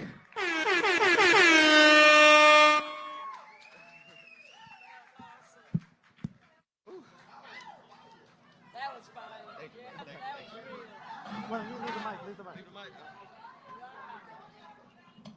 What's your mic?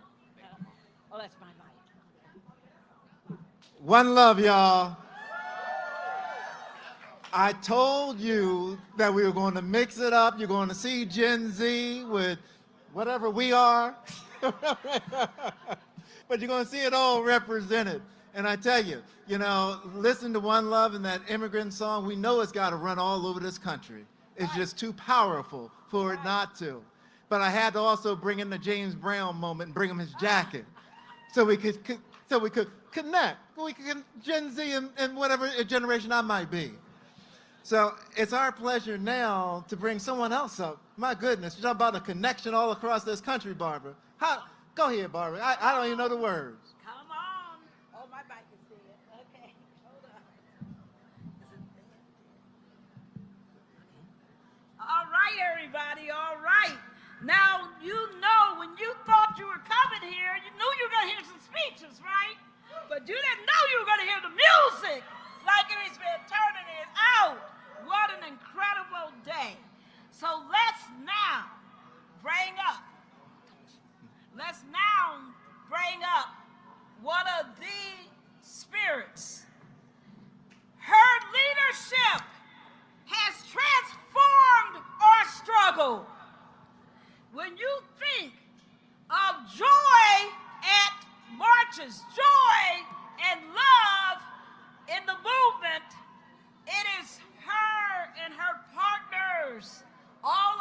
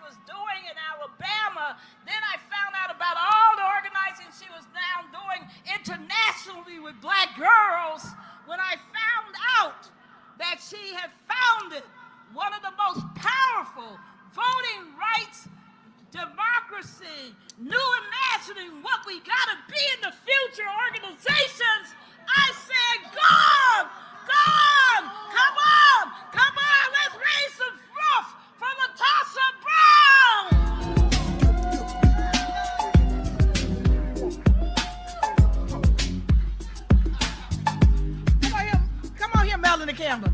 Hey, y'all. When I say black voters, you say matter. Black voters. Black voters. When I say love, you say power. Love. Love. Listen, y'all. I wanted to come today, as I'm looking at the people that are out here, there are a couple of things that struck out to me. And I want you all, as you all are in your seats, I want you all to participate in an exercise with me. If that's okay? So what I want you to do is I want you to close your eyes. I do this everywhere I go.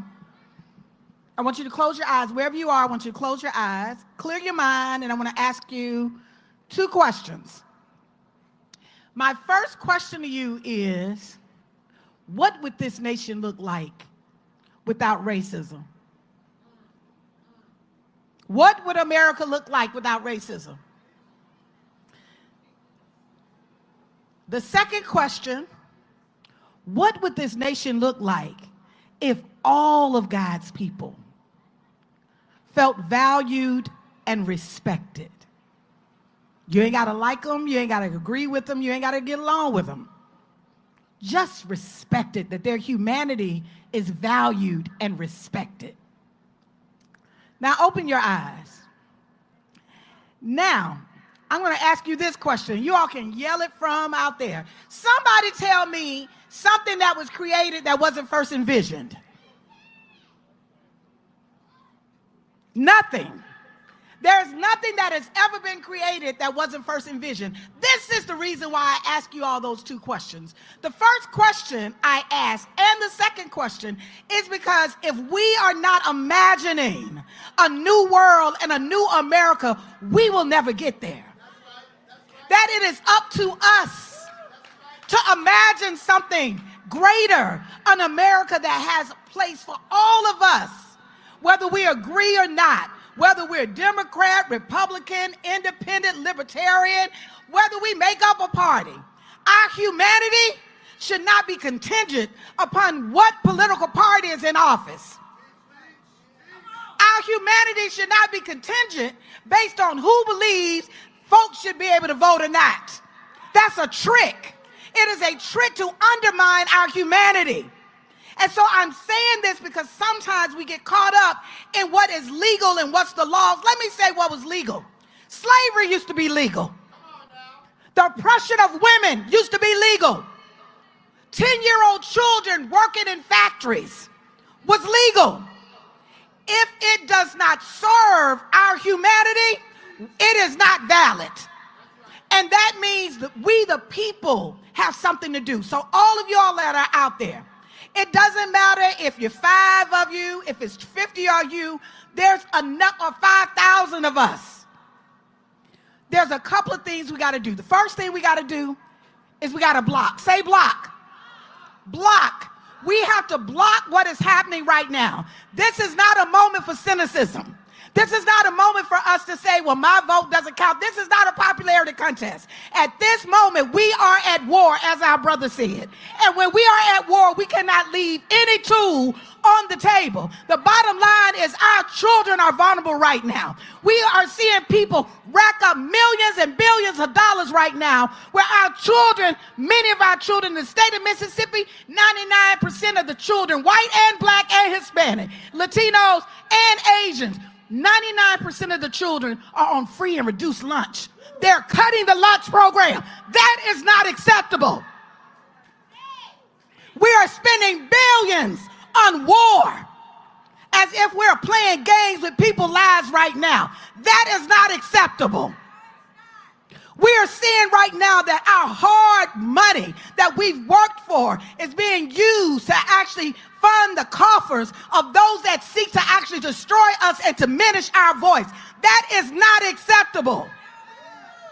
But they are not moving the same, and we cannot either. It is not going to be enough, y'all, for us to come to a rally and you leave the same way you came. It is not going to be enough for us to be in a space and we just vote and that's enough. No, in this moment, you got to be a multiplier.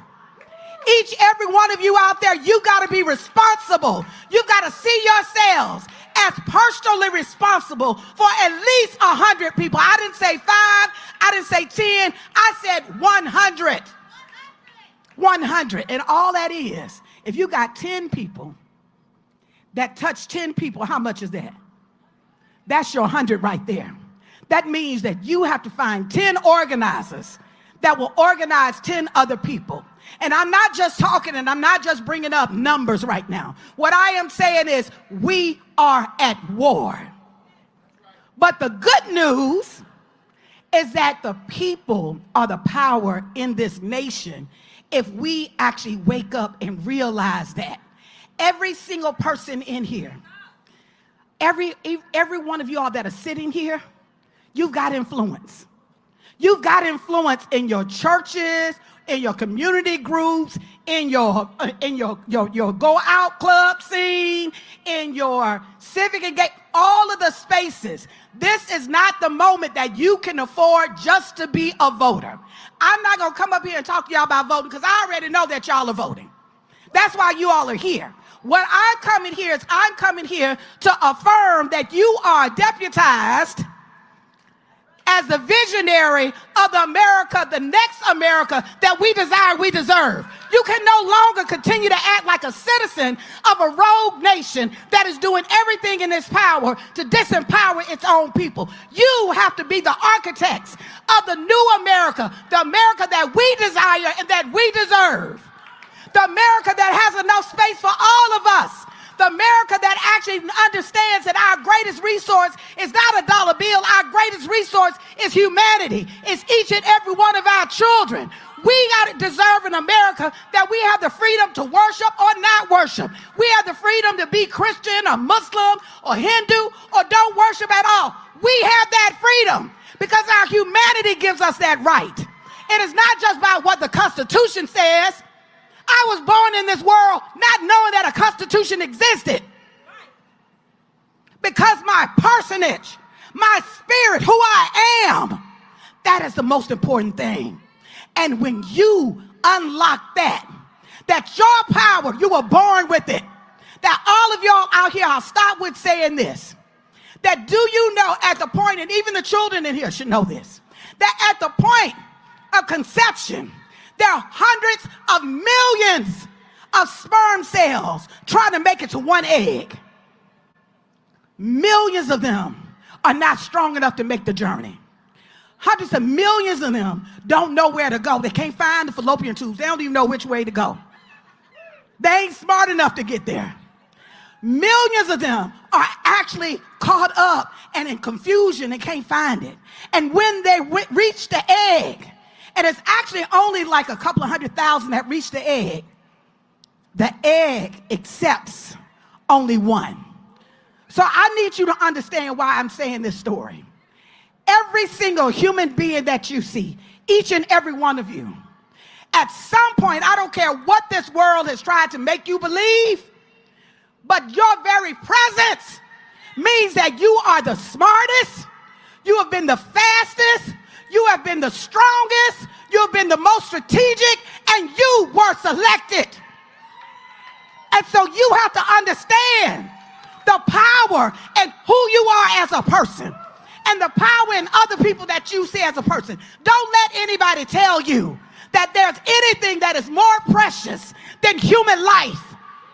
And you got to fight like hell to make sure that human life, not your own life, but that we are stewards for each other. Because the good news, y'all, is we can win. I know that we can win. It will take us blocking. It will take us building something different. But the most important key, and I'll leave on this, is belief. What do you believe? I want you to look at the miracle that's sitting next to you. Just turn around and look. Every single person in here made it through hundreds of millions of chances. Just one other, you would have been somebody different. You would have been your sister or your brother. But you are you because there's something special and divine in who you are. How dare we allow other people to teach us or to try to make us believe something differently? We will not have that, will we, y'all? No, we are human, and no matter what you do, whether you live on the street, whether you work in the White House, you have value. Do you have value? Do other people that we understand that humanity has value? Will you fight for it? Will you fight for it? Will you fight for it? When I say love, you say power. Love. Love. When I say power, you say love. Power. Power. Black lives. Black votes. All God's people. Amen. Thank you. Bless you, y'all.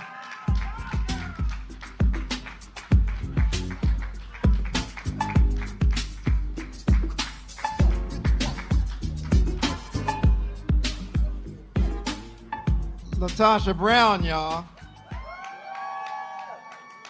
Black voters matter. They matter. And we need to be certain that everyone remembers that black voters matter. The next person we wanted to bring up to speak is a black voter who matters. He's a black representative from the state of Georgia that matters. He's one of the people that when you heard me say earlier that when Georgia decided it was going to redistrict, he was one of the people that said, not on my clock, not on my watch, not while I'm here, not while I have strength in my body to push back and tell you no. He's in the community, he's all over the state, he's fighting hard in the State House for the district he represents and for all folks in the state of Georgia. Y'all give it up for Georgia State Representative out of the 56th District, Representative Bryce Berry.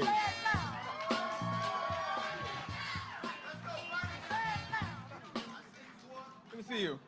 Good afternoon, y'all. First, thank you to the great sponsors and organizers of this event. Thank you, Daryl. Today's a testament to the necessity of community in this moment. Organizers, activists, community members, and lovers of justice have come together because we know something to be true, that this democracy belongs to all of us. And more importantly, the work of democracy will take all of us. Now, I don't want to be one to tell y'all that democracy is fragile. We've all heard it. Someone even argued that democracy is broken. But I rebuke that. I refuse to believe that democracy is broken.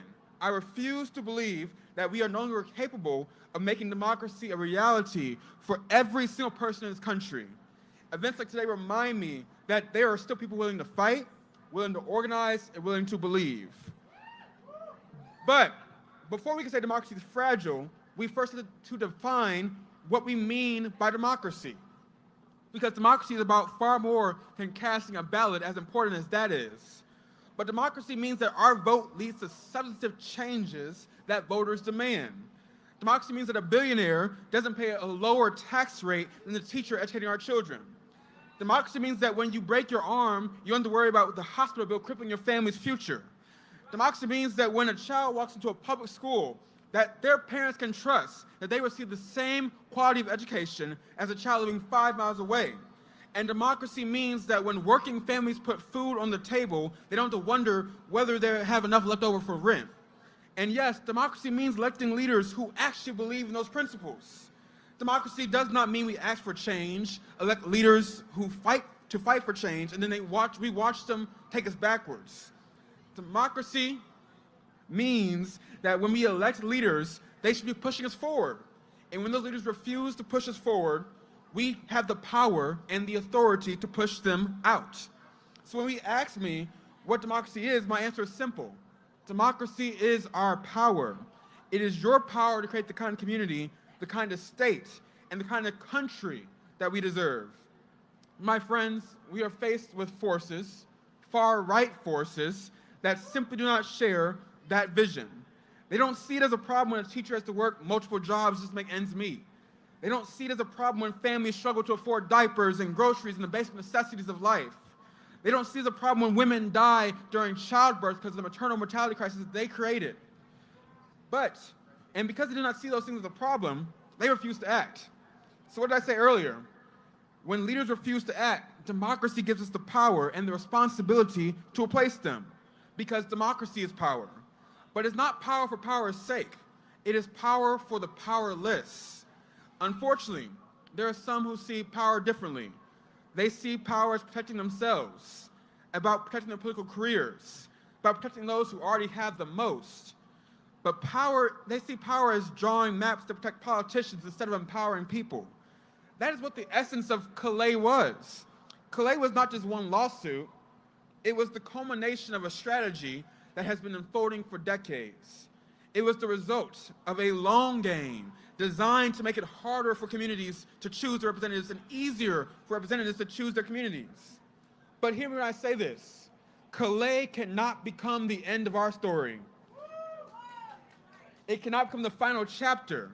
They may have won a round, but they may have hit the grand slam, but the game is not over. Because you can redraw a district, but you cannot redraw the conscience of a people. You can manipulate maps, but you cannot permanently manipulate a movement. And you can delay justice, but you cannot permanently delay justice for people that have decided that justice is worth fighting for. That has always been the story of Georgia. And yes, that's been the story of America too. Every generation has been confronted with a choice. There have always been people who wanted democracy to become smaller, but we have people right here that want democracy to become bigger. There have always been people who believe that freedom belongs to a select few, and then there's us who believe that freedom belongs to all of us. And thank God that every generation has produced ordinary people like John Lewis, who we honor this weekend, who chose to expand the promise of this nation rather than shrink it. That's why I refuse to be discouraged, and that's why you must refuse to be discouraged as well. Because I know who came before us. People who marched when it was dangerous. People who organized when they were threatened. People who registered voters when doing so could cost them their jobs and even their lives. They did not fight because victory was guaranteed. They fought because justice demanded it. And now it is your turn. It is our turn. Our responsibility to not simply mourn what happened in Calais, but to ensure that we organize beyond Calais. That means showing up in communities that have been ignored.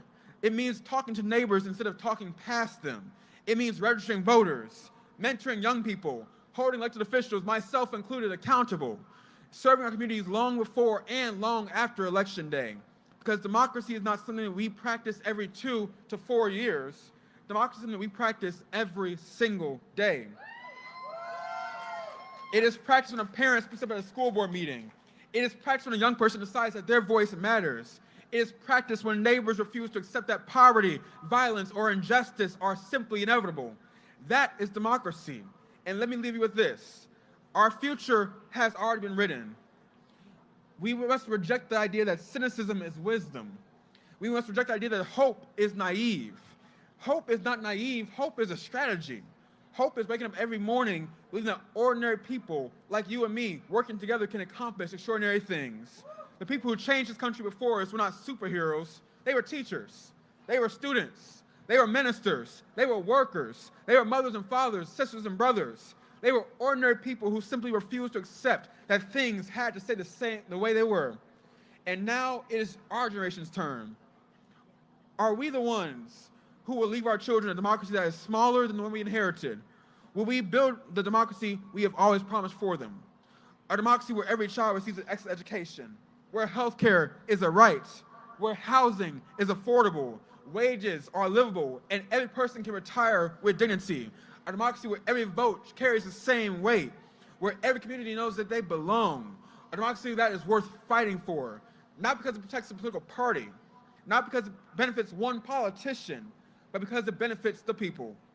And at the end of the day, democracy has never been about protecting politicians. It's always been about protecting the people. So let Calais serve as a reminder, not that democracy is dead, but that democracy demands something from each of us. It demands courage, it demands sacrifice, it demands persistence, and above all, it demands faith. Faith that justice is stronger than injustice. Faith that truth is stronger than fear. Faith that organized people will always outlast organized money. And so leave here today not discouraged, but determined. Determined to knock one more door, to register one more voter, to mentor one more young person, to encourage one more neighbor, to remind one more person that their voice still matters. Because history has never been written by those who merely held power. History has always been written by those ordinary people who believe that tomorrow will be better than today. And if we remain faithful to that work, if we organize, if we vote, if we build, if we refuse to give up, then one day our children will look back on this moment not as the beginning of democracy's decline, but as the moment that the new generation stepped up, linked arms, and decided that the promise of America was too precious to surrender. May we be that generation. Thank you all. May God bless you. God bless the great state. And God bless our democracy.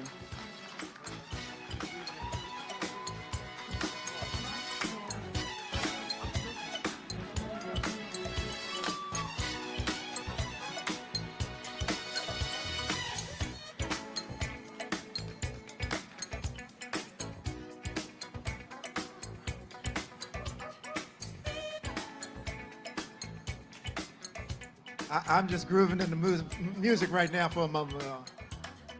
Let me tell you, Representative Barry, y'all keep a watch out for this brother. He's going to be pushing it. Strong voice of our future. We're in good hands with representatives like that with such a worldly view, the value of everybody. I promised you that this would be a program that you see young people well represented and that it would be well integrated. And I'm not going to call him a Gen Z because he's not a Gen Z. I'm not going to call him a millennial because I don't know. I'm not even going to refer to, I guess I should stop right there because I'm about to get in trouble. But I can tell you he's a good friend. And I can tell you that when Barbara and Arnwine and I call on the National Coalition of Black Lawyers, that without question, they show up. Whether we're in Georgia, whether we're in Texas, whether we're in Florida, if we're in Mississippi, we make a phone call to a representative who is all over the state of Georgia, an attorney who believes in standing up for the little person, for the one who has their rights trampled upon. It's a consistency that's in his person.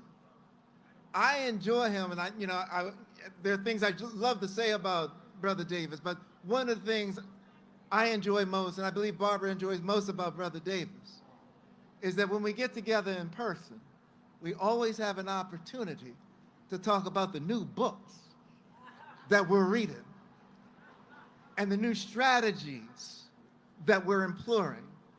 Y'all give it up for the representative from the National Coalition of Black Lawyers.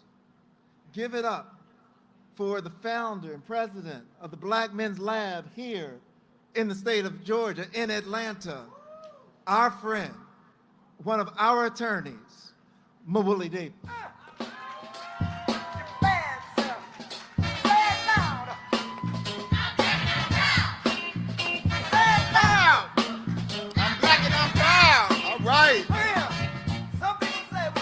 Power to the people! Power to the people! Power to the people! Oh, I'm excited. I'm excited to be here to represent NCBL, the National Conference of Black Lawyers. I stand here on behalf of my national co-chair, Whitley Carpenter. I stand here on behalf of our members and our chapters across this country. This organization, founded in 1968, after the assassination of Martin Luther King Jr., after the targeting of the Black Panther Party and the Black Liberation Army, this organization, founded by black lawyers for black people, we stand now in 2026 with our brothers and our sisters from Transformative Justice Coalition, from Black Voters Matter, from Malcolm X Grassroots Movement, from any organization committed to the liberation of our people. Y'all all right with that? So what happened in 1968, so we're clear, was that there was an ongoing attack, an onslaught on black people struggling for freedom. And some of y'all may think that they were just going after the so-called radicals. Some of y'all may think they were just going after the Black Panther Party. Some of y'all may think they were just going after Angela Davis and Kathleen Cleaver. But no, They were going after the folks who they named the street after right over here, Martin Luther King Jr. They were going after the young people of the Student Nonviolent Coordinating Committee. And when I say they, it's the same forces that are coming after us today. It's the same forces that have turned ICE and turned the Justice Department into weapons of mass destruction against black, brown, and poor people. And those folks is the federal government, y'all. And that's real talk. So the FBI targeted Dr. King, targeted our movement, civil rights movement, black power movement, new African movement, whatever movement there was, they were trying to stop that movement. But here we are. Here we stand. Unbroken, unbowed, fighting for this next generation. So I'm excited to see my students from Clark Atlanta University representing. I'm excited to know that they've been moved in a way that they wouldn't just come to class on campus in the Atlanta University Center, but they would continue to come to class out here. When Barbara Ironwine and Daryl Junk, when they called, this is class, y'all. They called us to class to learn about what our role is supposed to be in a moment such as this. How do you remember John Lewis with your life and your living? How do you remember that legacy? And the only way is I have to think of another Student Nonviolent Coordinating co-chair, because y'all remember now, he didn't start as a congressman. He started as an organizer. He started at the Student Nonviolent Coordinating Committee in Nashville, and then he grew from there. But there was also another co-chair. He went by Stokely Carmichael and became Kwame Ture. And what he told us was organize, organize, organize. That's our call, y'all. In this moment, when they are organizing against us, when they are using every apparatus of the government against us, we still will win. Because we're on the right side of history.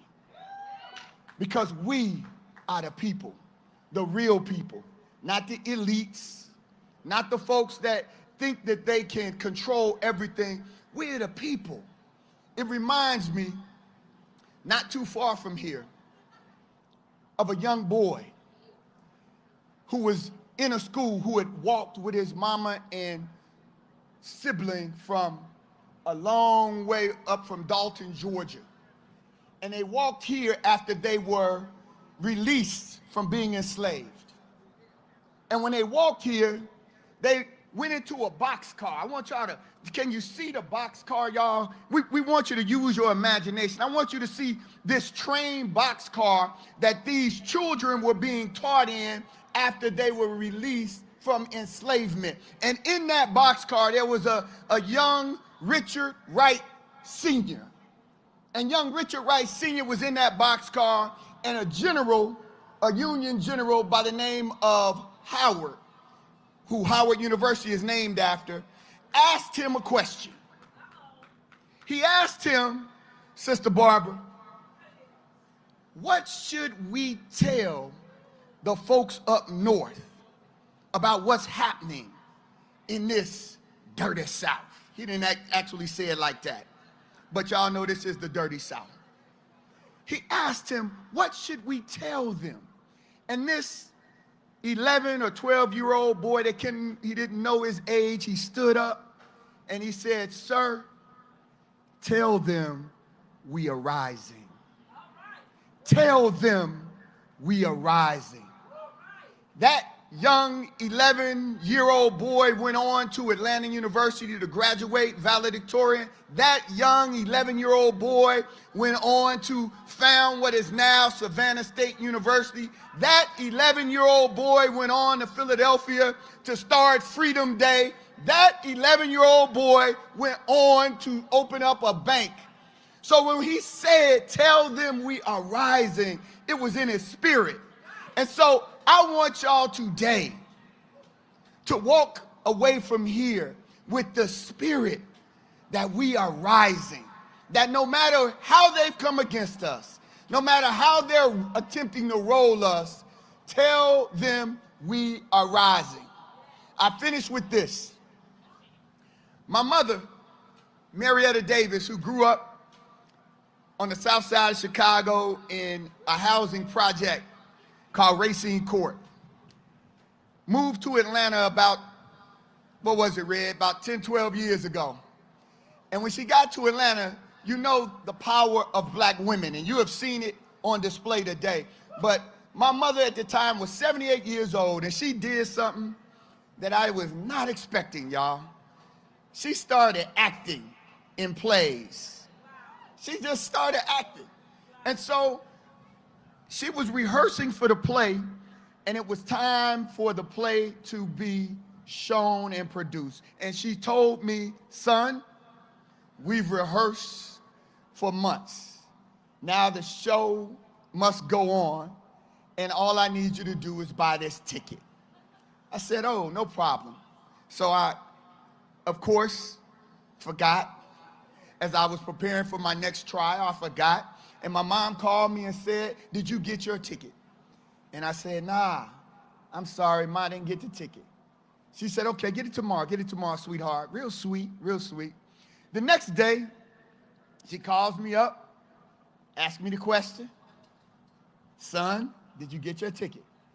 And of course, I forgot. I said, Ma, I'm sorry, I forgot. She said, now it's a little sterner now. She said, get your ticket. I said, okay. So the next day, this 3 days in a row, y'all know how this, you know where this is headed. The third day, she says, son, did you get your ticket? I said, well, Ma, and then she hung up the phone. And when your mama hang up on you, you know you done went left with it. And so the very next day she called, and you know what she said? I got your ticket. Now all I need you to do is show up. She said, I bought it. I want y'all to think about this moment that we're in, that somebody bought, purchased, and paid for our ticket to be here, to stand on this stage, to be in this parking lot, to be in this moment, that someone paid for it. When I think about who paid for our ticket to be here, I think about John Lewis. I think about Fannie Lou Hamer. I think about Ella Baker. I think about Medgar Evers. I think about Coretta Scott King. I think about Martin Luther King. I think about Betty Shabazz and Malcolm X and all those ancestors who paid with blood, sweat, and tears for us to be able to stand here and say without equivocation, power to the people, power to the people, power to the people.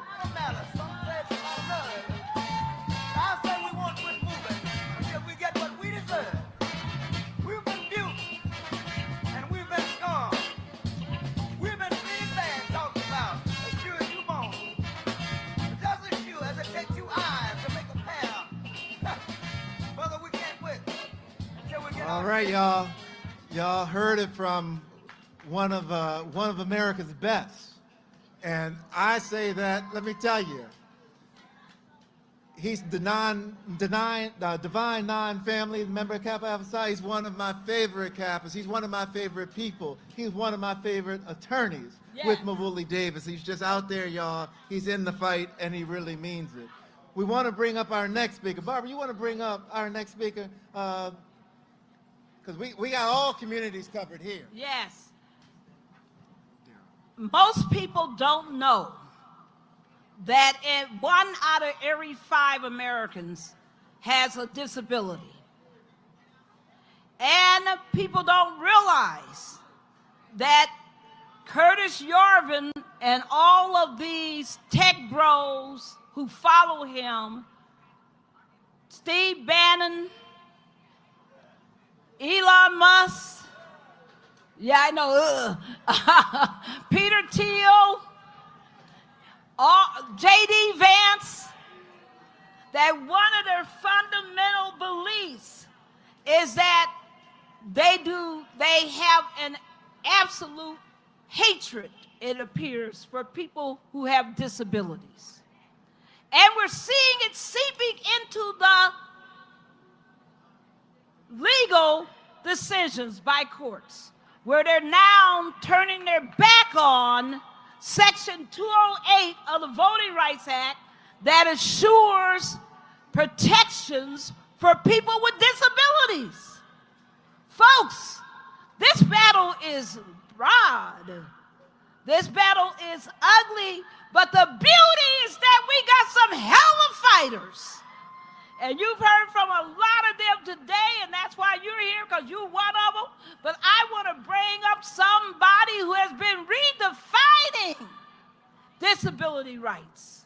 She's been redefining the scope and the way in which African Americans who are disabled are treated. She's been working on the policy front. She is one of our hidden sheroes. I'm talking about Dara Bowen!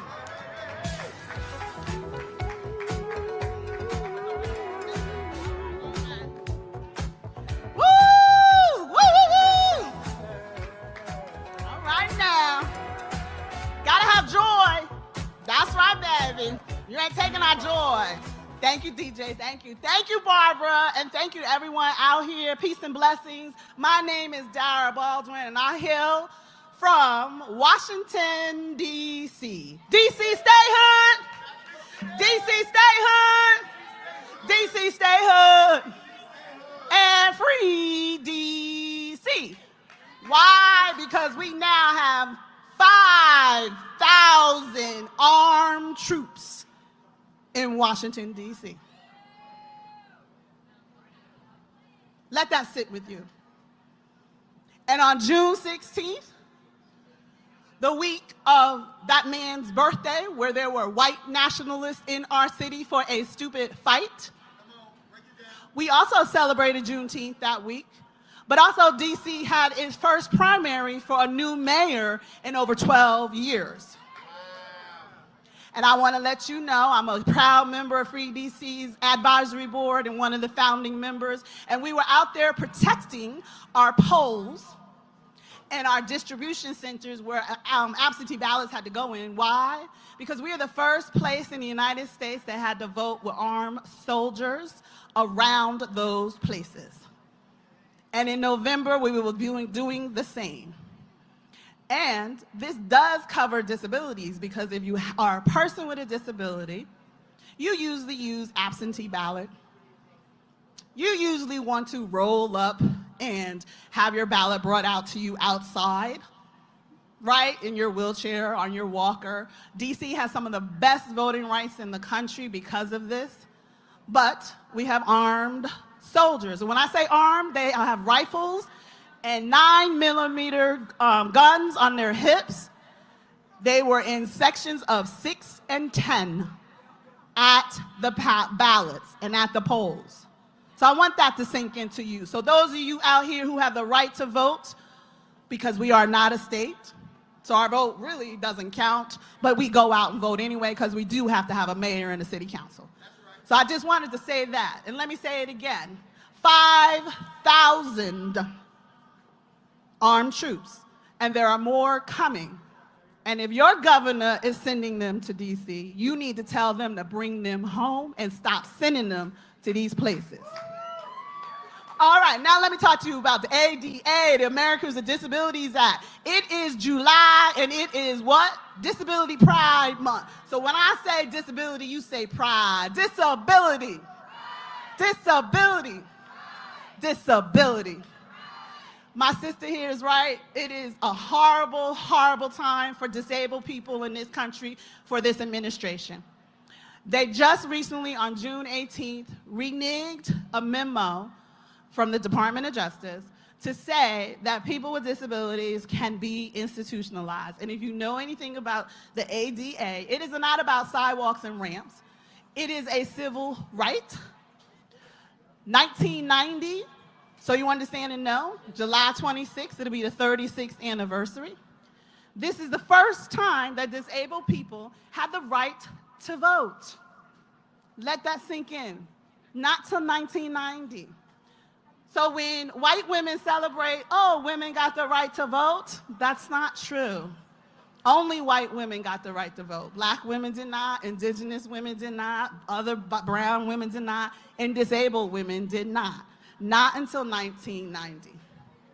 And if you know anything about voting, if you are in an institution, it is up to the executive director or the person who runs the institution if they allow people to vote. Did you hear what I said? So if you're in an institution, you don't have the choice.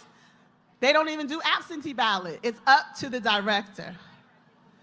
People with disabilities are the last to be thought of. Many people who fight for this think about access, as I said, getting to the polls. That is a problem. You need to make sure your polls are accessible. But voter suppression of this community is high. And especially now with this administration who hates disabled people. I'm gonna say that. I don't like to use the word hate, but it is hateful what they are doing to this community. And I say this community because I'm not one yet, but you live long enough, you're gonna have a disability. Let me be clear to you.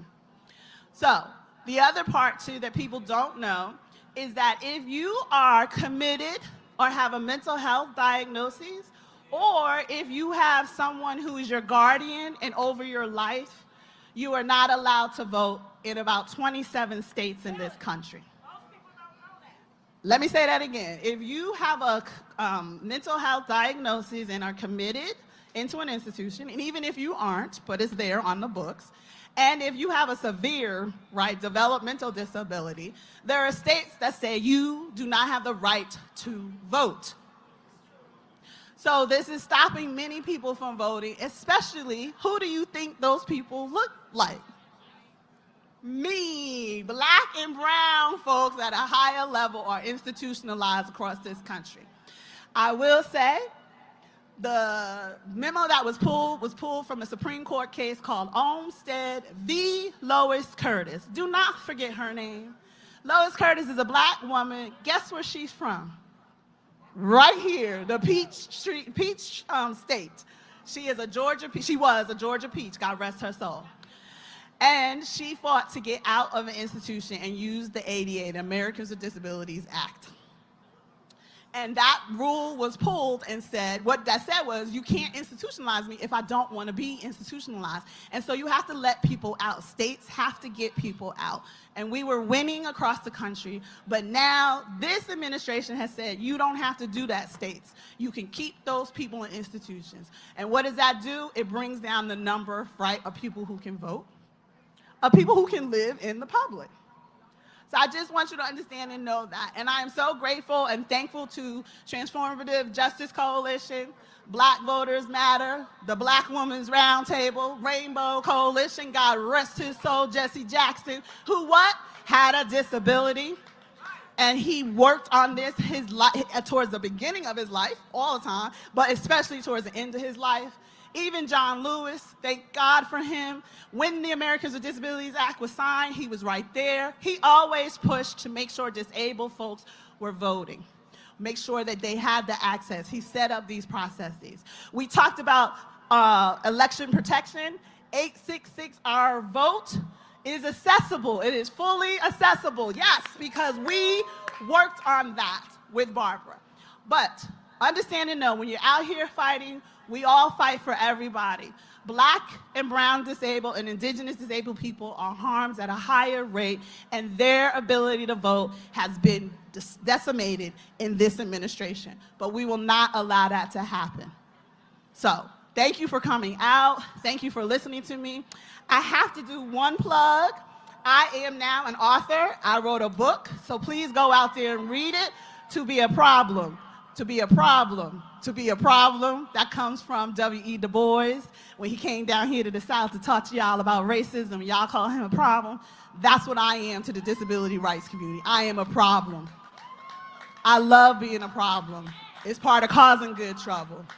And we are gonna make sure disabled people are always included, not only in voting, but also running for office. They have the right to run for office, and that also is being denied to them. Let us do better in this work. Let us know that, as Latasha Brown said earlier, we are what? Hopeful. I want to also leave you in the spirit of Denise Oliver Velez, who just died. She was a wonderful pioneer in the Lords as well as in the Black Panthers, and in the spirit of Assata Shakur. Let us not forget those who came before us or those who are coming after us. Peace and blessings, everyone. Know that this too shall pass. There's a beginning, a middle, and an end to all things.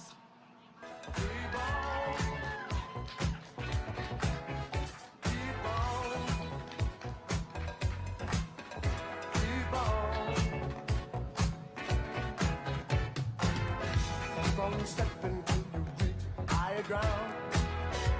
Nobody turns around. Step on up, you can claim the highest star. Straight ahead, it's not. Oh, y'all. Dara Baldwin, y'all. Dara Baldwin, give it up. Let me tell you, one of the things, and with the Transformative Justice Coalition, we do trainings every year of Gen Zs aged between 18 and 35 years old, and we have all these experts that come in to spill into our Gen Z so they understand what's going on politically throughout the community and how they can respond to overcome the challenges. Dara really laid out really brilliantly some of the challenges that are before the community of people with disabilities. I want you to just sort of ruminate on, marinate on one thought for just a quick moment before we bring up the Legal Defense Fund. If you are a visually impaired person and you want to register to vote, now most of us know that when we go to register to vote, it's personal, right? You sit down, you want to be away from everybody, and you can check whatever box you want to check with all the other stuff when you register to vote. If you are a person in the United States of America, in any state, in any county, you cannot, if you are blind, register on your own to vote, because there are no voter registration forms that are in Braille. You've got to have somebody to come there and register you. And then you have to, I guess, just trust that they're doing the right things. That's wrong. That's not the American way. Let me tell you, we're going to see people in the courtrooms fighting for all these various voting rights issues that are there.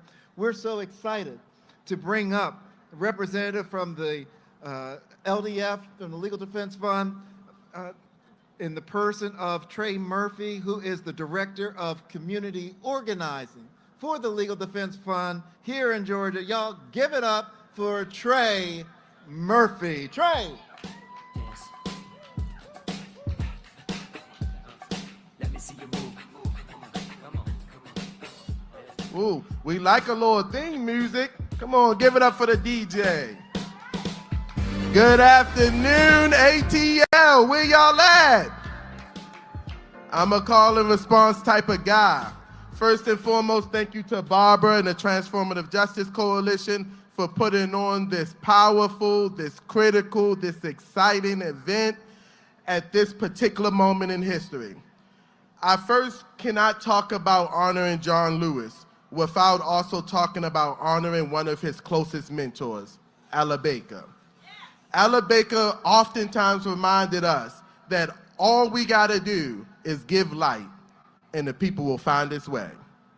And that's our job, to give light, to give love, and make sure that the people find its way. At the Legal Defense Fund, we see this moment for what it is. Another attempt by autocrats to strip us of the multiracial democracy that our ancestors fought, bled, and died for. And we are saying that we will not go back. Somebody say we will not go back. That's why at LDF we say that we are built for this. Turn to your neighbor and say, I was built for this. 6 years after the passing of Congressman John Lewis, we gather not simply to remember him, but to ask whether we have the courage to continue what he began. Too often, we only remember John Lewis as the congressman who exercised a lot of power in the legislature. But as some of the fellow speakers have already said, before he was in Congress, he was just a young organizer. Before the national recognition, there was just John Lewis, the SNCC student, the person who was a part of the Student Nonviolent Coordinating Committee. A generation of young people who refused to wait for permission to transform this country. John Lewis was barely in his 20s when he helped to organize the Freedom Rides, when he helped to lead sit-ins, when he marched across the Edmonds Pettus Bridge. And he put his body on the line for a democracy that had never fully recognized his own humanity. He understood that democracy has never been built, has never been about self-executing, about self-indulgence, about just oneself. Every generation must fight to make America live up to its promise. And John Lewis understood that more than most in this country. So I carried that lesson with me today. I have had the privilege to be trained by veterans of the civil rights movements, particularly by SNCC, the children of Ella Baker, people who not just inherited the stories, but organized the traditions. They exercised the discipline. They owned and held the responsibilities themselves. They taught my generation that movements are built person to person, community to community, generation to generation. We're not just simply preserving history here, y'all. We are carrying the torch forward. That is why I'm proud to serve at the NAACP Legal Defense Fund. This year, our president and director counsel, Janae Nelson, stood before the United States Supreme Court in the belly of the beast to defend what remains of the Voting Rights Act in the Calais case. The decision that followed dealt another devastating blow to one of the most important civil rights laws in American history. But let's be clear, while the courts can weaken laws, they cannot extinguish the movement. John Lewis never believed that progress would come from the courts realms alone. He understood that litigation, organizing, public education, and ordinary people acting together have always moved this nation closer to justice. Today, we are faced with coordinated attacks on voting rights, on election administration, on the public confidence in our democracy itself. We continue to reject the myths of the widespread voter fraud that is being spewed out of the mouth of, as somebody said, the orange man, confronting the very real and well-documented realities of voter suppression that target Black communities and communities of color. That's the truth. Not that there's voting fraud, that Black communities, people of color, their voting rights have always been under attack. So this moment demands more than nostalgia. It demands imagination, because our goal cannot simply be to return to the status quo. The status quo is what John Lewis spent his life changing. This is our opportunity to refound democracy, to build one that truly reflects its highest ideals, where every voter can participate freely, fairly, and without intimidation. As my mentor would say, the expression of politics is the expression of economic interest. And these people understand that more than anything, that politics is the expression of economic interest. And the question always is, whose interest matters? So Freedom Summer was never just a season. As Barbara so eloquently shows, Good Trouble is never just a slogan. They are invitations, invitations to organize, invitations to serve, invitations to leave a democracy stronger than what we found it. And that's the work before all of us. If we have the courage to answer the call, then John Lewis' legacy will not simply just live on, it will continue to radically transform the world. So I want you all to make sure that you find 10 people leaving here today who are not a part of the movement. Don't go find your friends who you know already think like you, because I know how easy that is. Don't go talk to the family members who are already on your side, because we know how easy that is. But we're out to change hearts and minds like John Lewis did. So find 10 people, tell them, make sure that they go vote and join the movement. It's not just go vote in this day and age. We're clear that it's go vote and join the movement. Go vote and make sure that you join a local organization. Go vote and make that call to your senator and congressperson and tell them to vote no on the SAVE Act. Go vote and do all of those things, because we know that when we fight, we what? When we fight, we what? Thank you all.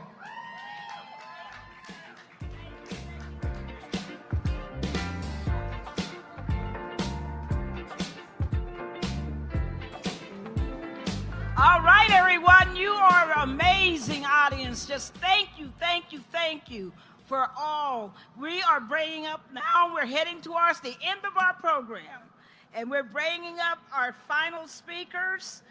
So we're going to bring up right now a person who I just met this year, and he is one of the hardest working people I've ever met, and he's serious about our democracy and about fighting for our rights. It is my pleasure. I am just blown away by, and I'm happy to introduce A.M.E. He is the mobilizing coordinator for Public Citizen.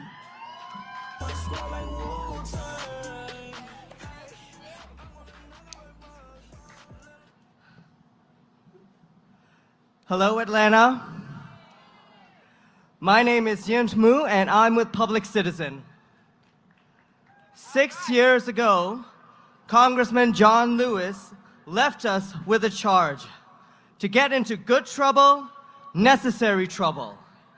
He believed that ordinary people with extraordinary vision can redeem the soul of America. In his farewell letter, he reminded us that the vote is the most powerful change agent we have in a democratic society, and that we must use it because it is not guaranteed. My friends, I know that it is not guaranteed, because I have seen the scenes that we see before. Agents of the government shooting and killing its own people in the city streets in broad daylight. People arrested and disappeared with no due process.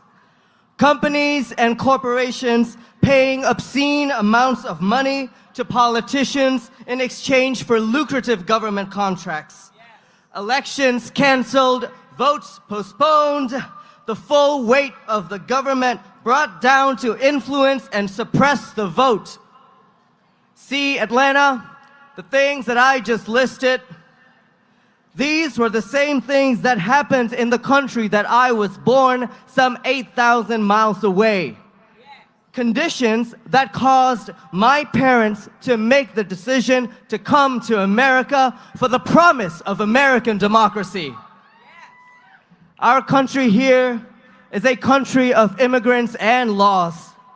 Right now, both of those fundamental tenets are under attack. And in the face of the relentless attacks from our own government and the president, together we have taken to the streets over and over again just in the past year alone. From Hands Off to May Day to No Kings to Ice Out for Good and many other mobilizations in between. Millions of people are coming out to say in one voice that we will not give up on American democracy. We are here today to fight for a vision of American democracy that is better than what we had. A democracy where we overturn Citizens United. A democracy that bans partisan gerrymandering.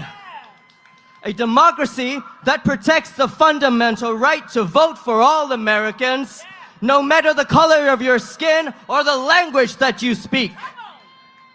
I believe that we can achieve that. I believe that because we're not alone. Because of all of you standing in this hot, hot Georgia sun and all of you watching at home. Day in and day out, we are organizing, mobilizing. We are voting in every election and making sure that everyone votes. And if we keep up that work, we will see the day where the promise of American democracy is finally fulfilled. And until that day comes, together, we will keep causing good trouble, necessary trouble. Thank you, Atlanta.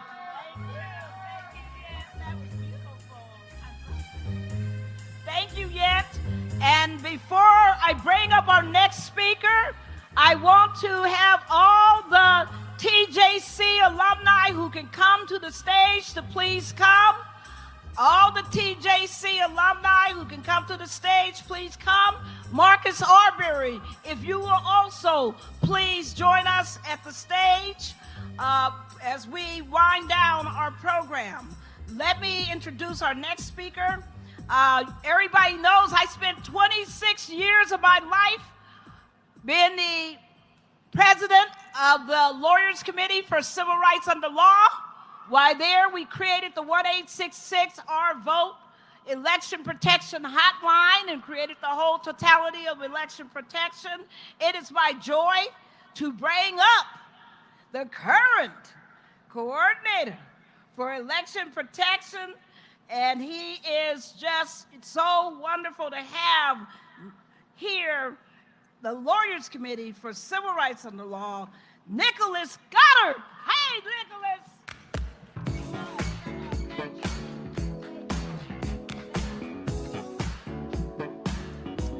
Thank you.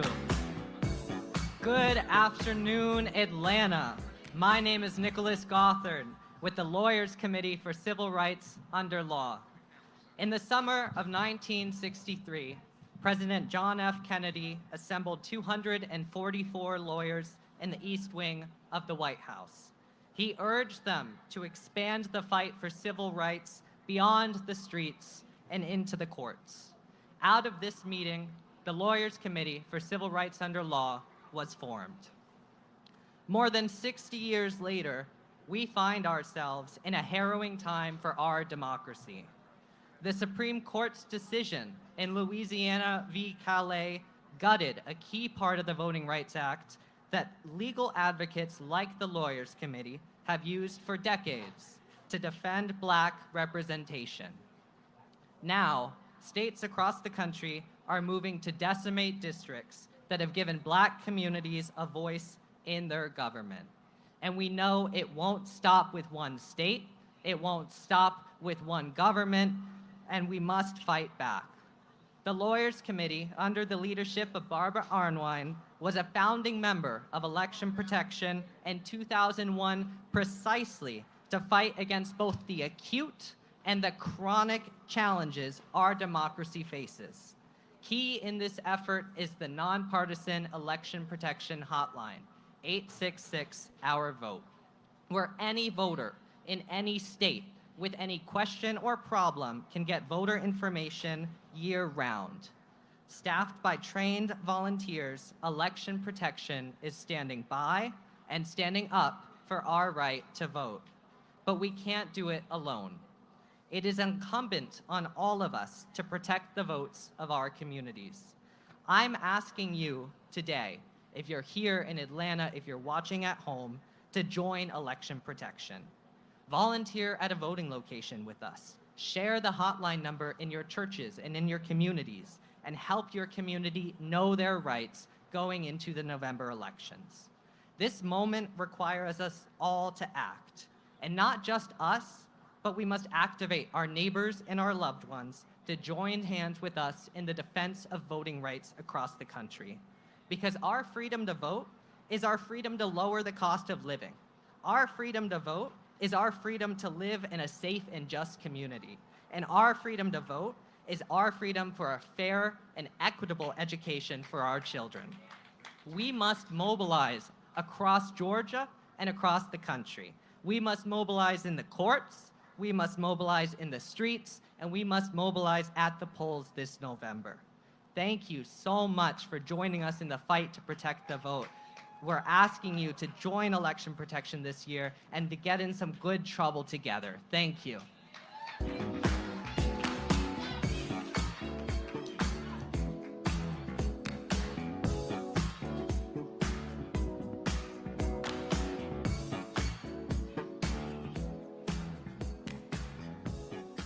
Thank you, Nicholas and the Lawyers Committee, for all that the Lawyers Committee for Civil Rights Under Law does.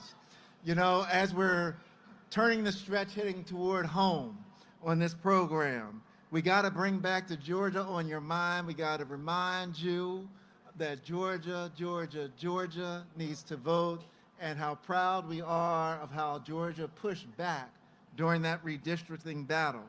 I can think of no better person to bring to the microphone than a Georgian, and I keep telling y'all that Gen Z is going to be well represented. They're going to continue to be well represented so long as Barbara and I have anything to do with the presentation of information and politically in this United States of America. Y'all, give it up to this Gen Z brother who I met through the Black Man's Lab here in Georgia. He's none other than Georgia Representative Eric Bell. Eric, come on up here, brother.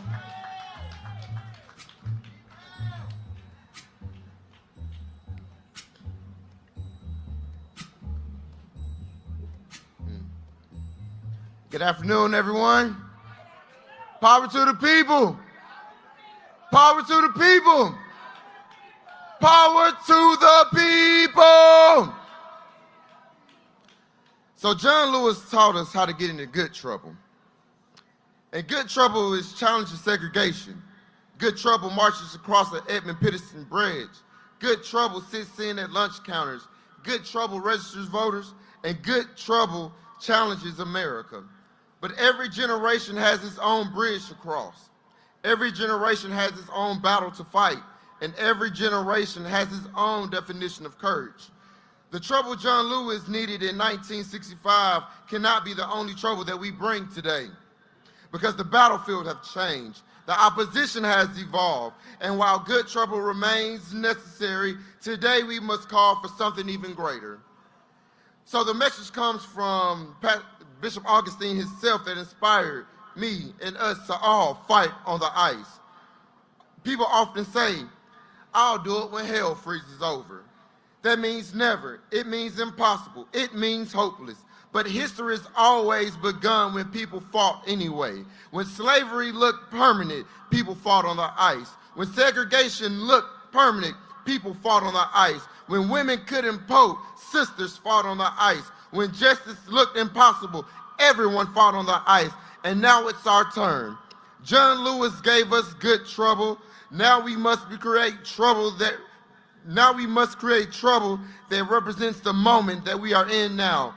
When fear becomes public policy, when immigrants are demonized instead of welcome, when families are separated and human dignity is ignored, we need immaculate trouble. Trouble rooted in compassion, trouble rooted in faith, trouble that reminds every person that is created in God's image. As Jesus said, I was a stranger and you welcomed me. When racism refuses to die, when prejudice simply comes in other clothes, when hate disguises itself as tradition, we need radiant trouble. Trouble that shines so brightly, darkness has nowhere to hide. Trouble that tears down walls and builds up tables. Trouble that refuses to let any human to be diminished.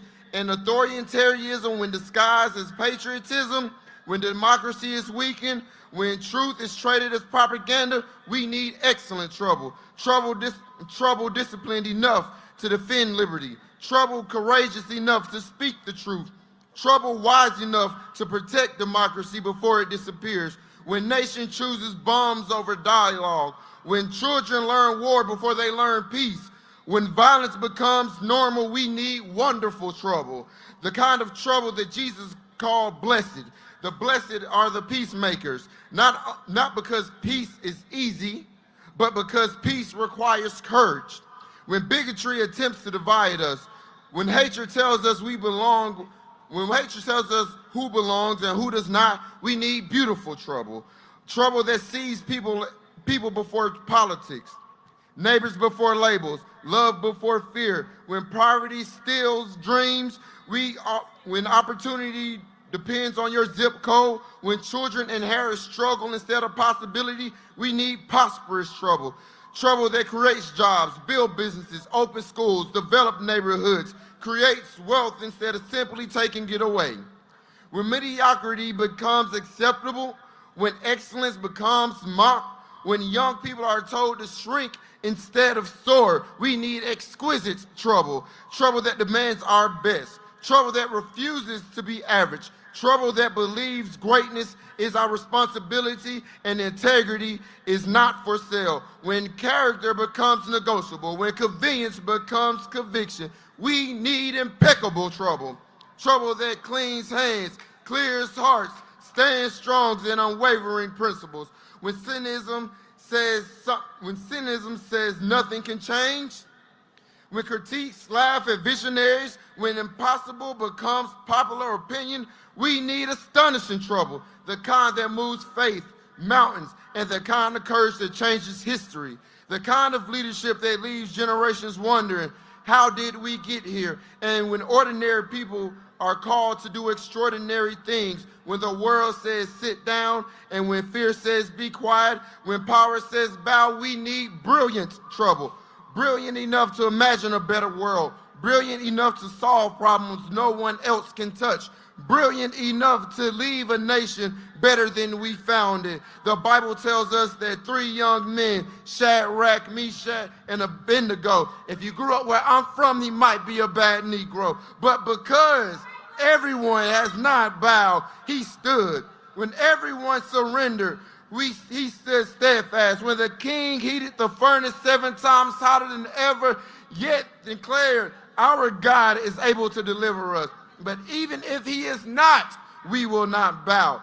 But that is what it means to fight on the ice. Standing when everyone else kneels, believing that everyone else doubts, speaking when everyone else is silent. And then there was Daniel, thrown into the lion's den because he broke the law. And we all know if a law is unjust, it's only just to break it. People willing to walk the impossible situations with unshakable faith. People willing to emerge from the lion's den stronger than when they entered. Because history does not remember those who watch from the sidelines. History remembers who stepped up in the arena. History remembers who stepped up when it got dangerous. History remembers who fought on the ice. So whenever this generation is called, we get into immaculate trouble. We get into radiant trouble. We get into wonderful trouble. We get into prosperous trouble, excellent trouble, exquisite trouble. We get into impeccable trouble, astonishing, brilliant, and phenomenal trouble. So fight for those who cannot stand for themselves. Stand for those who will be pushed aside. Speak for those whose voices will be silent. Build when others call it impossible. Love the others who choose to hate. Lead when others seek comfort. And fight on the ice. Fight when it's impossible becomes inevitable. Fight when justice rolls down like waters of righteousness, like mighty streams. Fight until every child knows opportunity. Fight until every family knows peace. Fight until every community knows hope. And fight until hell freezes over. So fellows, comrades, and all the blessed community, please don't stop fighting. Continue to fight on the ice. May God bless you, and may God bless every one of us to get into the courage that it takes to change the world. So make sure you get into some trouble. Thank you all for being here.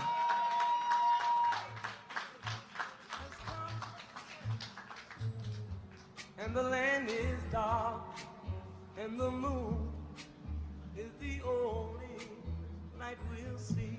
All right, all right. So we promised you that you'd be all and see all these Gen Zs and the integration of all these voices. where we're going to continue moving on, and we want you to see more Gen Z. We want you to see more of what the Transformative Justice Coalition puts out with its alumni. So at this time, Barbara, what we want to do? We are going to bring, it is our pleasure to bring up, we have our two last speaking groups. We're bringing up right now all these young, amazing Transformative Justice Coalition alumni. They have traveled the country, registering voters, turning out voters to vote, getting out the vote. They've been in Georgia, Florida, they've been in Texas, they've been in New Jersey. Come on, folks. We've been everywhere, Pennsylvania, Ohio. Come on. We have done it. Illinois. It is Philadelphia. We are so blessed. Come on, my beautiful Gen Zs. Janice Gentry from Alabama. Kenya Shavers. Adrian Consinari Jr. Bryson Powers. James Lieberman. Jason Davis. You are only seeing a small tip of the iceberg of our amazing Gen Z power. So to lead us off, we're going to have Janice Gentry read to you, on behalf of all of us, John Lewis's farewell letter, which he wrote to the next generation. And before she reads, the one city that we left out, who's here representative, is Edward Ward from the city of Chicago. We certainly got Chicago represented. Janice, all yours. While my time here has now come to an end, I want you to know that in the last days and hours of my life, you inspired me. You filled me with hope about the next chapter of the great American story when you used your power to make a difference in our society. Millions of people motivated simply by human compassion laid down the burdens of division. Around the country and the world, you set aside race, class, age, language, nationality to demand respect for human dignity. That is why I had to visit Black Lives Matter Plaza in Washington, though I was admitted to the hospital the following day. I just had to see and feel it for myself that after many years of silent witness, the truth is still marching on. Emmett Till was my George Floyd. He was my Rashard Brooks, Sandra Bland, and Breonna Taylor. He was 14 when he was killed, and I was only 15 years old at the time. I will never forget the moment when it became so clear that he could easily have been me. In those days, fear constrained us like an imaginary prison, and troubling thoughts of potential brutality committed for no understandable reason were the bars. Though I was surrounded by two loving parents, plenty of brothers, sisters, cousins, their love could not protect me from the unholy oppression waiting just outside that family circle. Unchecked, unrestrained violence and government-sanctioned terror had the power to turn a simple stroll to the store for some Skittles or an innocent morning jog down a lonesome country road into a nightmare. If we are to survive as one unified nation, we must discover what so readily takes root in our hearts that could rob Mother Emanuel Church in South Carolina of her brightest and best, shoot unwitting concert goers in Las Vegas, and choke to death the hopes and dreams of a gifted violinist like Elijah McClain. Like so many young people today, I was searching for a way out, or some might say a way in. And then I heard the voice of Dr. Martin Luther King Jr. on an old radio. He was talking about the philosophy and discipline of nonviolence. He said, when we are all complicit, when we tolerate injustice. He said, it is not enough to say it will get better by and by. He said, each of us has a moral obligation to stand up, and speak out. When you see something that is not right, you must say something. You must do something. Democracy is not a state. It is an act, and each generation must do its part to build what we call the beloved community, a nation and a world society at peace with itself. Ordinary people with extraordinary vision can redeem the soul of America by getting in what I call good trouble, necessary trouble. Voting and participating in the democratic process are key. The vote is the most powerful nonviolent change agent you have in a democratic society. You must use it because it is not guaranteed. You can lose it. You must also study and learn the lessons of history because humanity has been involved in this soul-wrenching, existential struggle for a very long time. People on every continent have stood in your shoes through decades and centuries before you. The truth does not change, and that is why the answers worked out long ago can help you find solutions to the challenges of our time. Continue to build union between movements stretching across the globe because we must put away our willingness to profit from the exploitation of others. Though I may not be here with you, I urge you to answer the highest calling of your heart and stand up for what you truly believe. In my life, I have done all I can to demonstrate that the way of peace, the way of love and nonviolence is the more excellent way. Now, it's your turn to let freedom ring. When historians pick up their pens to write the story of the 21st century, let them say that it was your generation who laid down the heavy burdens of hate at last, and that peace finally triumphed over violence, aggression, and war. So I say to you, walk with the wind, brothers and sisters, and let the spirit of peace and the power of everlasting love be your guide. Thank you. There's a reason why there's a win out here today, right? All right, everybody. And right now we're going to have remarks by Adrian Consineri, who is from the state of Georgia. He just ran for Secretary of State to show you that our folks aren't just playing about this democracy. Well, good afternoon, Georgia. Good afternoon, America. And good afternoon, freedom fighters. I am Adrian Consineri Jr., and I am a proud Transformative Justice Coalition alumni. I stand before you today as a product of the fantastic work, the fantastic determination, and the proof that producing from the work that you do, from the soil that you have, is possible. I would like to personally thank Attorney Arnwine and Attorney Jones for pouring into the next generation non-stop, day in and day out.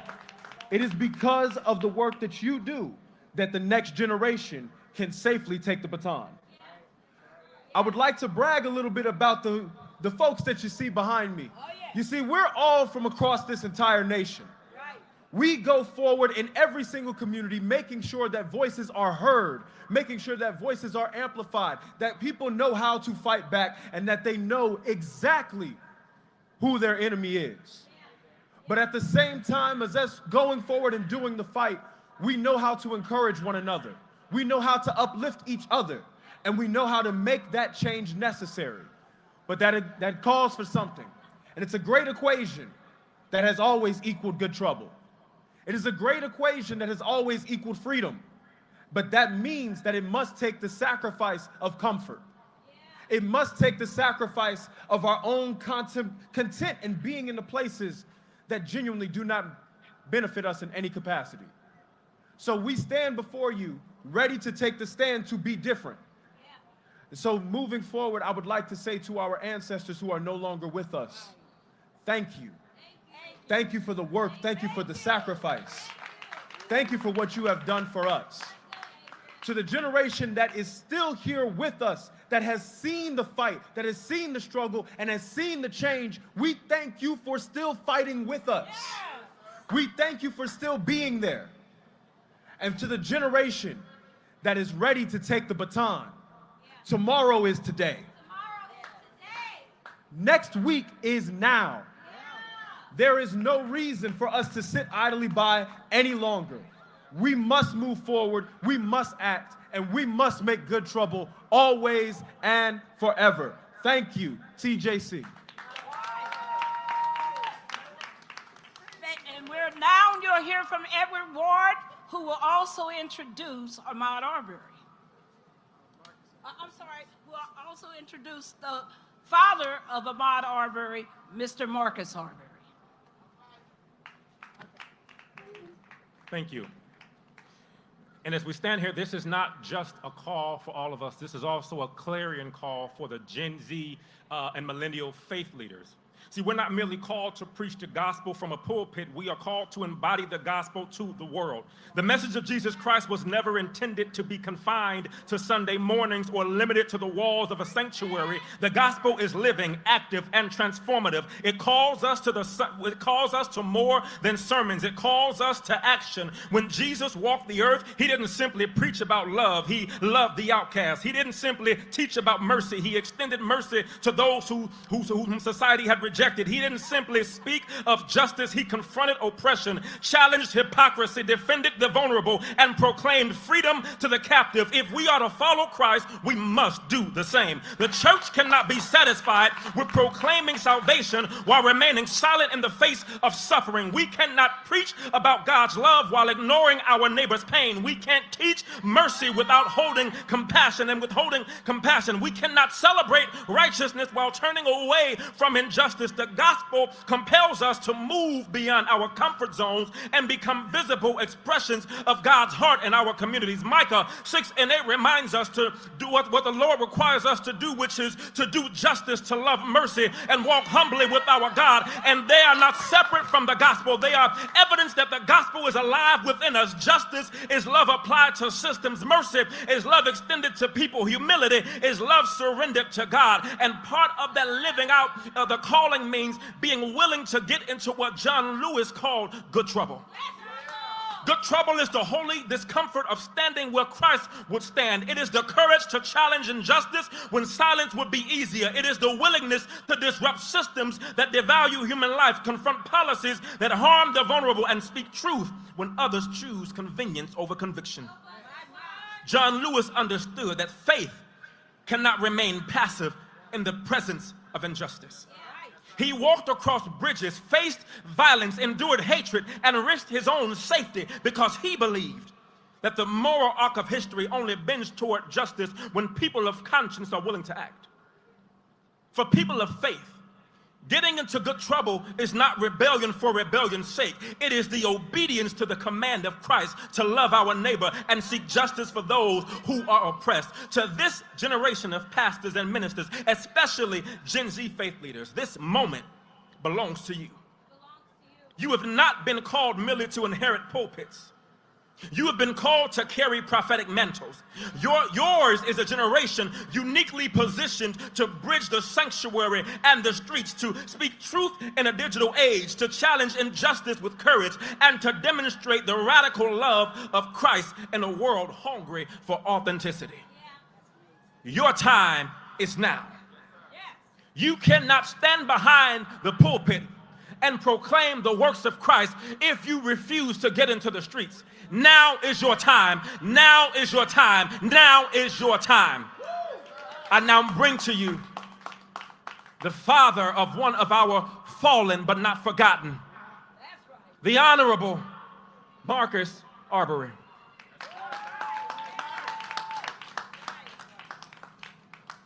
Good day, everybody. Number one, we're going to give all glory to God. I'm going to tell you a story about my people right here, how we got connected. I'm letting y'all know how serious it is to vote. When Ahmaud was killed February 23rd of 2020, transformative justice came to us. So I'm letting y'all know how it is important to vote, because we had a corrupt DA. And DJC encouraged us to write a petition When people come together, they bring changes. When they told us to write up the petition to get that corrupt DA out the office, we all got together and did it. So I'm letting y'all know how it is important to vote. Get out and vote, you can bring changes. Don't think your vote don't count, because your vote does count. So I'm letting y'all know, please, get out and vote. Come on, because you can't bring no change if you're sitting down and do nothing. You got to get out and put them names on the dollar line and get them wrong people out these offices, because it will bring changes. Because we got rid of some corrupt cops, we got rid of corrupt DAs, all through them votes. And I'm going to tell you something else. Y'all people better stick together, because we all won. And I'm going to tell you, I wrote a book about the whole thing, letting the world know what happened to my baby. And I want the whole world to get this book and read it, because it's all the truth about what happened. Corrupt DA, how they try to cover it up, all this stuff. So we need to know what's our surrounding is, who our enemy is. That's why we got to stick together and crush all this hate and racism. And if you don't know how to get this book, all you got to do is go to where'sdaddy.org, and you can order this book and read it, because it's real serious and it is deep. It's the truth. We need to know the truth. Come on, people. Let's stick together. Let's keep voting.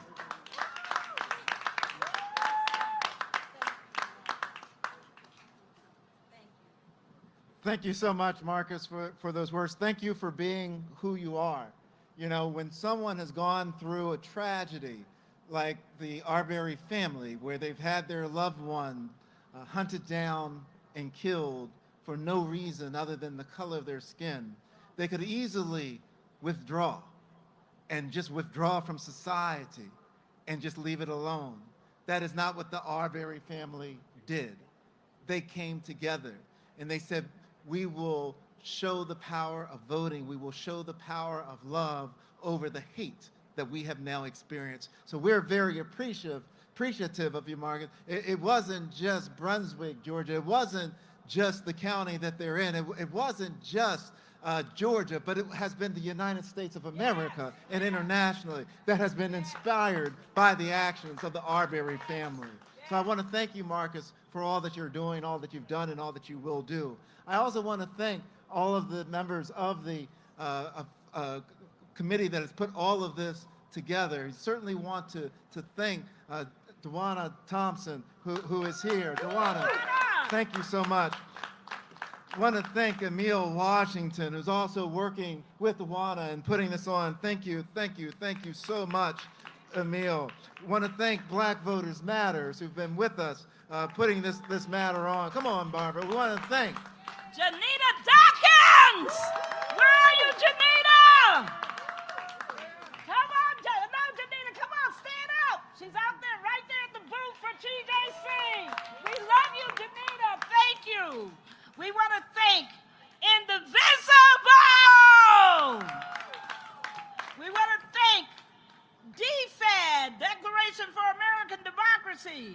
We want to thank American Federation of Teachers. We want to thank Common Cause. We want to thank the League of Women Voters. We want to thank Rock the Vote. We want to thank the Leadership Conference. We want to thank the new National Christian Leadership Movement, because remember, everybody, we don't stop today. Tomorrow is the final day of this week, National Weekend of Action, and all over the country, you're going to see people in religious institutions and their churches and in all of their other places of worship gathering together to what? To recognize and celebrate the legacy of John Lewis. We're calling it Good Trouble Sunday. So everyone, this is but a step in the road on our quest. Thank you to all the marshals who have helped us today. You see them out here. Thank you to all the medics. Thank you to all the local organizations that came out. And folks, John Lewis's legacy is so big, We think about voting rights and we think about the other causes that he stood up for Black Lives Matter, etc. But you know, the other day I was at the AFT reception at the Blacksonian, which is the Smithsonian's National Museum for African American History and Culture.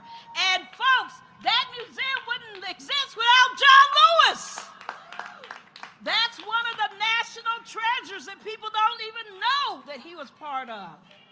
And so I want to say, everyone, thank you again to our amazing audience. You've been here for hours in this heat. We're so grateful to you. We're so grateful for everything. We're so grateful for everyone. Just thank you. I turn it over to Daryl to take us home. Thank you, Barbara. Thank you. You know, thank you for each of the speakers that have come out to be here today to certainly lift up the life of former Congressman John Lewis. I especially want to close it out with a real special thank you to the family of Congressman John Lewis. It's the family of Congressman John Lewis that gave us the green light that said, please lift it up and push voting rights, push up the mantle, push up and go and have people register and be involved and carry on the legacy of Congressman John Lewis. So wherever you are listening and hearing our voices and watching this program, we want you to go to the Rock the Vote app, to the Rock the Vote site, and check your voter registration status. If you're not registered to vote, get registered to vote. And most importantly, check on your neighbors and be certain that they're registered too. Don't stop there. Go down your corner. Go down, talk to your family, email, text, whatever it takes. Be certain that people are registered to vote. We want to be certain that this election that comes November has as much voter participation in this democracy that we can possibly have. Bara, what would you like to say as we are going home? You know, everybody, it doesn't end right now. This program is ending, but at 3 o'clock, the next gen and young people will be gathering and calling voters all around the country. Said, are you registered? Check your registration. It's time to make sure you know when your next election is. They will be doing this work because, like we said, this is only the beginning. It is not meant to be the end until victory is won. Until victory is won. Until victory is won. Thank you, Barbara. Thank you. Folks, as we close it out, we encourage you to tune in to our radio show, Igniting Change, every Tuesday at noon Eastern Standard Time. And we'll close it out this way, because we close out the show the same way. We want you to there's a time when you've got to get off the sidewalks and get into the streets and to get into some good trouble, some necessary trouble. Folks, as we end this program, let's head to the ballot box. Let's get off the sidewalks. Let's get in that necessary trouble, and let's make this voter turnout in this November the greatest in our country's history. Peace, everybody. All right. Ooh, yeah. Well, oh yeah. Here we go, y'all. Sing a little message out to those of y'all who feel like you're struggling. Yeah. It's a simple song. Yeah.